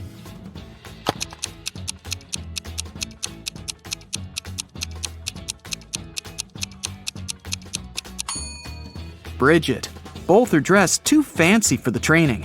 But at least Everly has a backpack and her equipment with her. Her parents will probably think she'll change later. Bridget doesn't even have her tennis racket with her.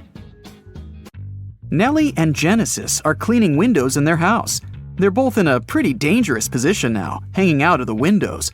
But who's in greater danger?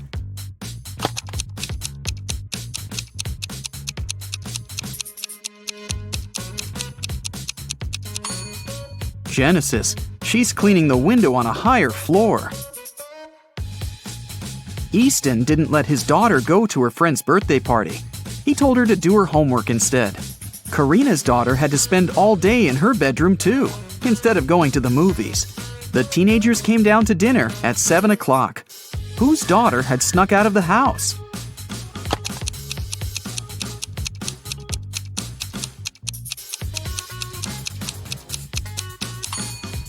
Easton's. It's raining, and his daughter's hair is wet.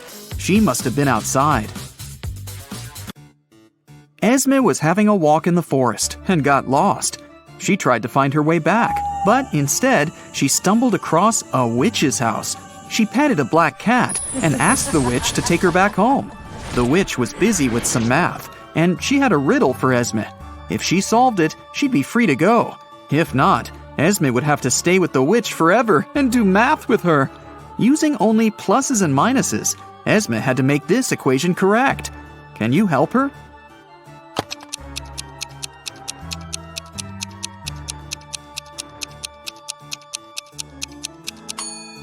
Esme only needs 4 minuses. She should put them right there.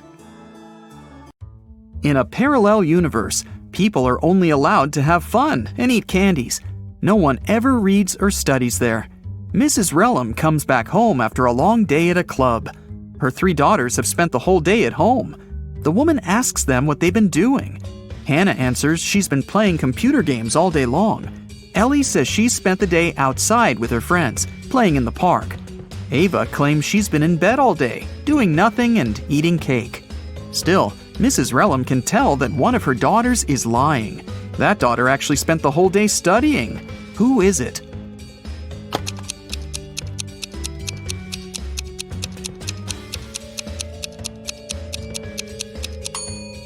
It's Hannah.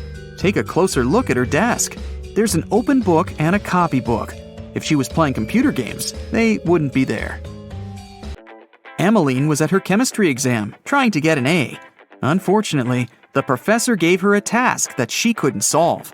Then the professor asked her to crack a riddle to see if she could think fast. I have 3 daughters. Rain is now twice as old as Phoenix will be when Calliope is as old as Rain is now.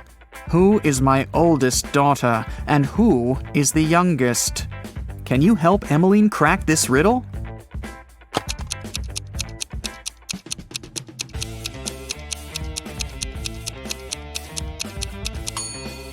Rain is older than Phoenix and Calliope because in the future, Calliope will be the same age and Phoenix will be half as old.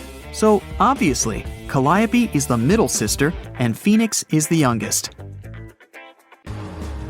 4 friends were driving to a neighboring city. The driver got distracted and got into a car crash. A police officer arrived and started an investigation. He asked who was driving, but no one wanted to take the blame. Then the officer inspected the car.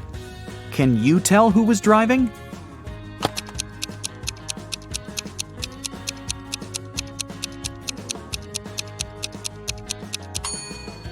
The driver was the blonde girl. Look, there's a sweater on the driver's seat. She's the only one not wearing a jacket or a sweater, so it must belong to her. Let's test how attentive you are. Here's a ball and 3 cups. I'll put the ball here in the middle cup. Your task is to watch the ball and then tell me where it is. Ready? Go!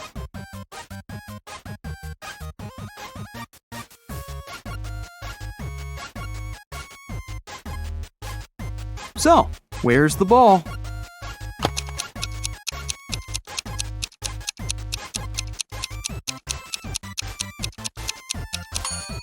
Look, it's in here. Did you get it? Okay, let's try once again. Now I have 4 cups, and I'll be moving faster. I'm putting the ball right here. Watch it closely.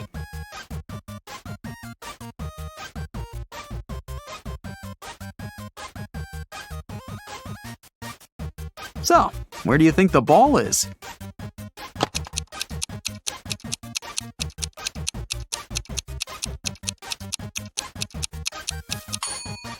It's in this cup. Now let's make it extra hard and check if you can still get it. 5 cups, even faster than before. Ready? Here we go!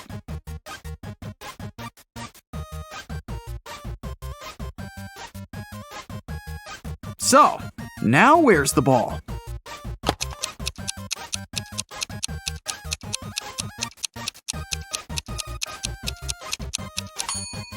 Yeah, it's right here. If you got it right, you have my absolute respect. Mrs. Lawrence has 4 children. 3 of them are daughters, Kennedy, Aurora, and Serenity. And 1 is her son, Everett. They are 13, 16, 20, and 21. Guess how old each of them is if the youngest child is a girl. Kennedy is older than Everett, and the sum of the ages of Kennedy and Aurora can be divided by 3.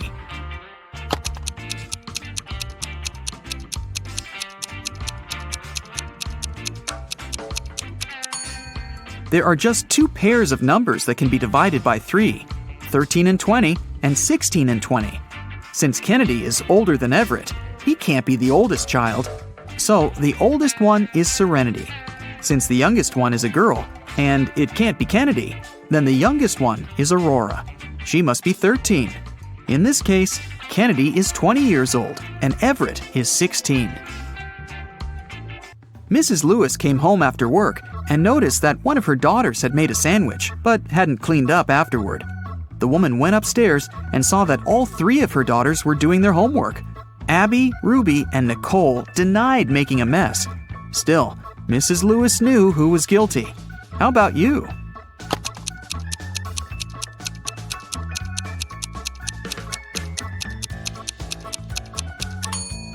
Look at the kitchen attentively. There's some butter on the right side of the knife, which means that the person who made the sandwich was left-handed. Mrs. Lewis only has 1 left-handed daughter, and that's Nicole. 6 siblings, Ingram, Regala, Corona, Agnard, Ardumo, and Modnor, founded a magical school.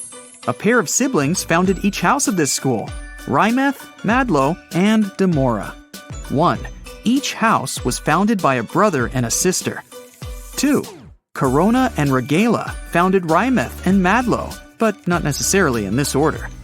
3. Ingram and Ardumo founded Madlo and Demora, but not necessarily in this order. 4. Agnard and Regala founded the same house. Who founded each house?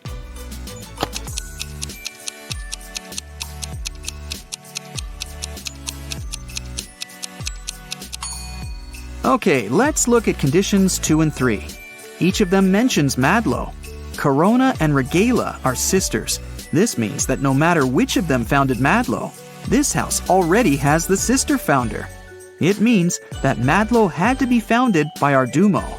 In this case, Ingram founded Demora. Agnar founded the house with Regala, so it must be Modnor who founded Demora with Ingram. It leaves us with Rymeth, founded by Agnard and Regala, while Corona and Arduino founded Madlo. Gotta love these names. Aha! Today, Peter and Zach's dream has come true. They've bought a trailer. Now they're ready to begin their long-planned journey through mystical places all over the country to make their vlog. But first, they need to pack.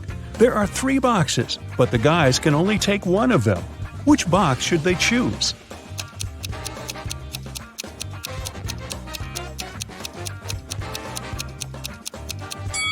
The first one.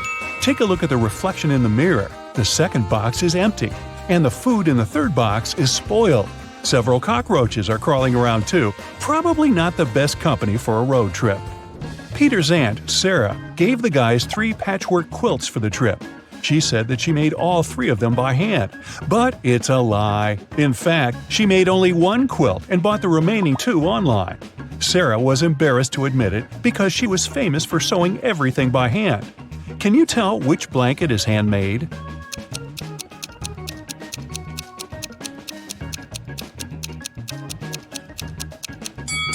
The third one. Look at this piece of fabric. It's identical to Sarah's skirt. She sewed these 2 items using the same material. Finally, Zach and Peter hit the road. They headed for the first spot. It was an abandoned library on a hill. Subscribers told the guys many ghost stories about this place. But our vloggers were skeptical and wanted to explore the building on their own. They walked around the library, recording videos and taking Polaroid pics. But they didn't meet any ghosts. When they returned to the trailer and looked through the pictures, they freaked out and locked all the doors. They left this creepy place as soon as possible. What scared them so much?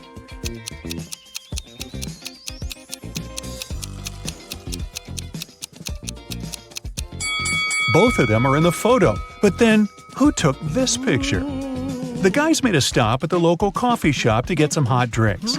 As soon as they came in, Peter grabbed his camera and started recording. Why?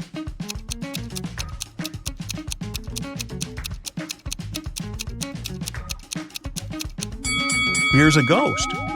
The guys ordered sandwiches, but the barista, Fiona, had to prepare online orders first.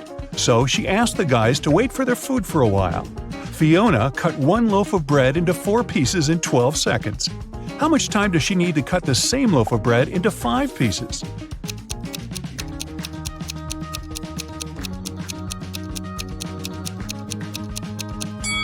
"16 seconds.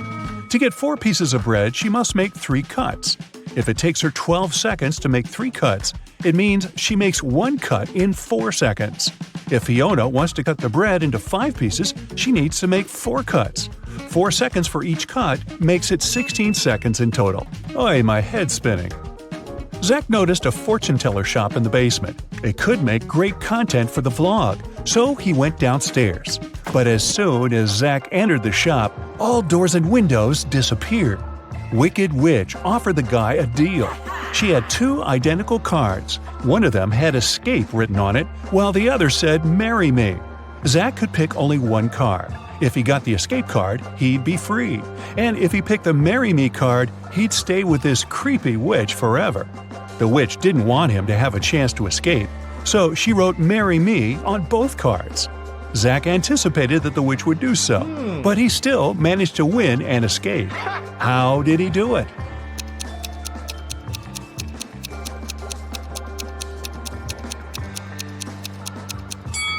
He picked a card and dropped it in the fireplace, saying it was an accident. The witch had to reveal the remaining card that said marry me. According to the rules, there had to be 2 different cards. So the witch had nothing to do but agree that the card Zach had picked and burned must have been the escape card. Peter and Zach continued their journey. In the evening, the guys saw these 3 hitchhikers not far from a bus stop. They could only pick up 1 person. Who should they choose?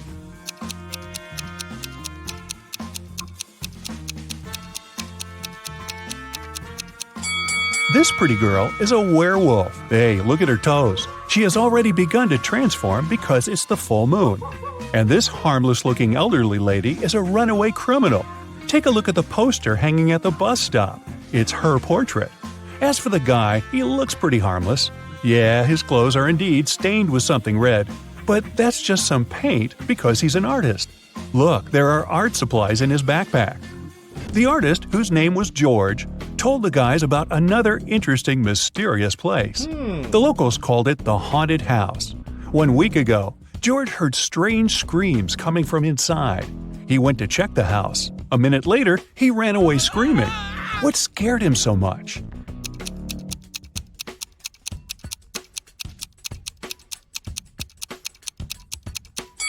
The portrait of this creepy clown is moving. Zach and Peter decided to explore that haunted house. When they entered the building, they didn't see any portraits, but they heard screams coming from the basement. They walked downstairs and found a loudspeaker that replayed the screams over and over again. There was a clown costume in the closet. Zach and Peter found 3 suspects among the neighbors and asked them just one question. What did you do 1 week ago? Mr. Daniel said, I was on vacation in Spain for 2 weeks. We came back yesterday. Jessica said, I have very sensitive skin. I wouldn't spoil it by wearing a clown mask. As for Henry, he said he had been preparing for his tests at college 24/7. Who's lying?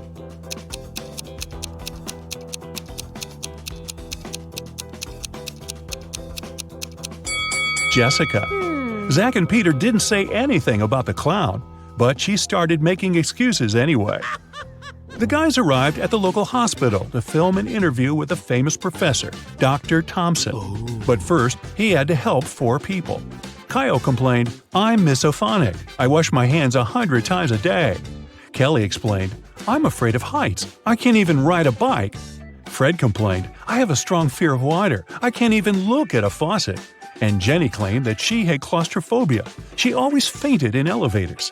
Dr. Thompson knew for sure that only one of these people told the truth. Can you tell who?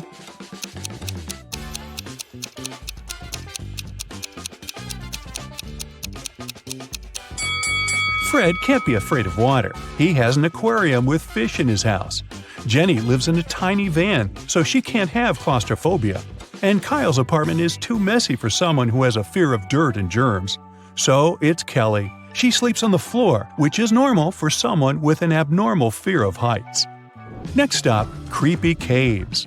Zach and Peter went to see ancient ruins in the middle of the woods. Many people had disappeared there.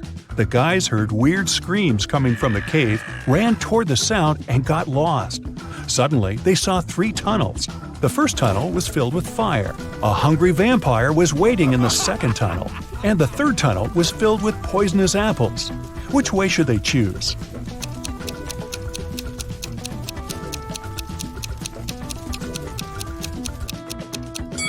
The third tunnel is safe. The guys don't have to eat those apples. After their epic adventure in the cave, Zach and Peter went to the supermarket to buy some groceries. I'm guessing the apples made them hungry. Can you see a ghost in this room?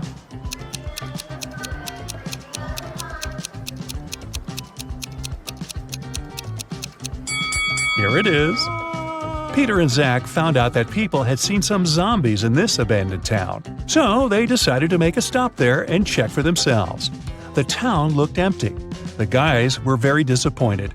But suddenly, a crowd of hungry zombies popped out of nowhere and started chasing them. The guys ran into a hospital and locked the door. Zombies began breaking the door down. Luckily, a helicopter with a rescue team arrived quickly. It was going to land on the roof. Zach and Peter needed to get there as soon as possible. Help them find the shortest way.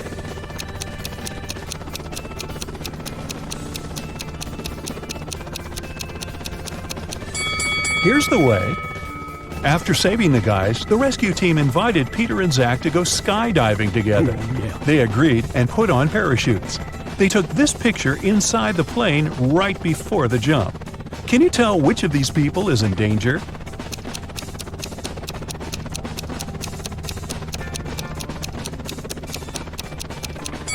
This man over here, he's wearing a regular backpack instead of a parachute. The guys made a stop on the shore of a famous, mysterious lake. They went fishing. Suddenly, a mermaid jumped out of the water and dragged Zach into the lake. Peter jumped into the water to rescue his friend. Finally, he found Zach wrapped in seaweed on the rocks in the middle of the lake. 3 mermaids had gathered around Zach and were singing their songs. When they noticed Peter, they said, "We'll set your friend free if you guess which one of us is not a real mermaid. Can you help the guy?"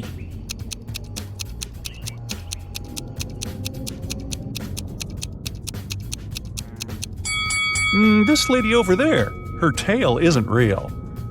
Sometime later, Peter's aunt, Sarah, called them. She was very upset. She found out that she had left her diamond ring in the guy's trailer. Peter found the ring and said, "No worries, we're going to send it back to you." But there was a problem. If he sent it by post without locking the box, the ring would be stolen. Both Peter and Sarah had some locks, but neither of them had the key that would open the lock of the other.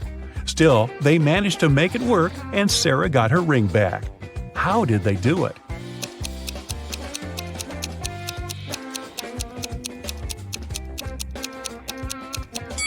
Peter locked the box with the ring and sent it to Sarah.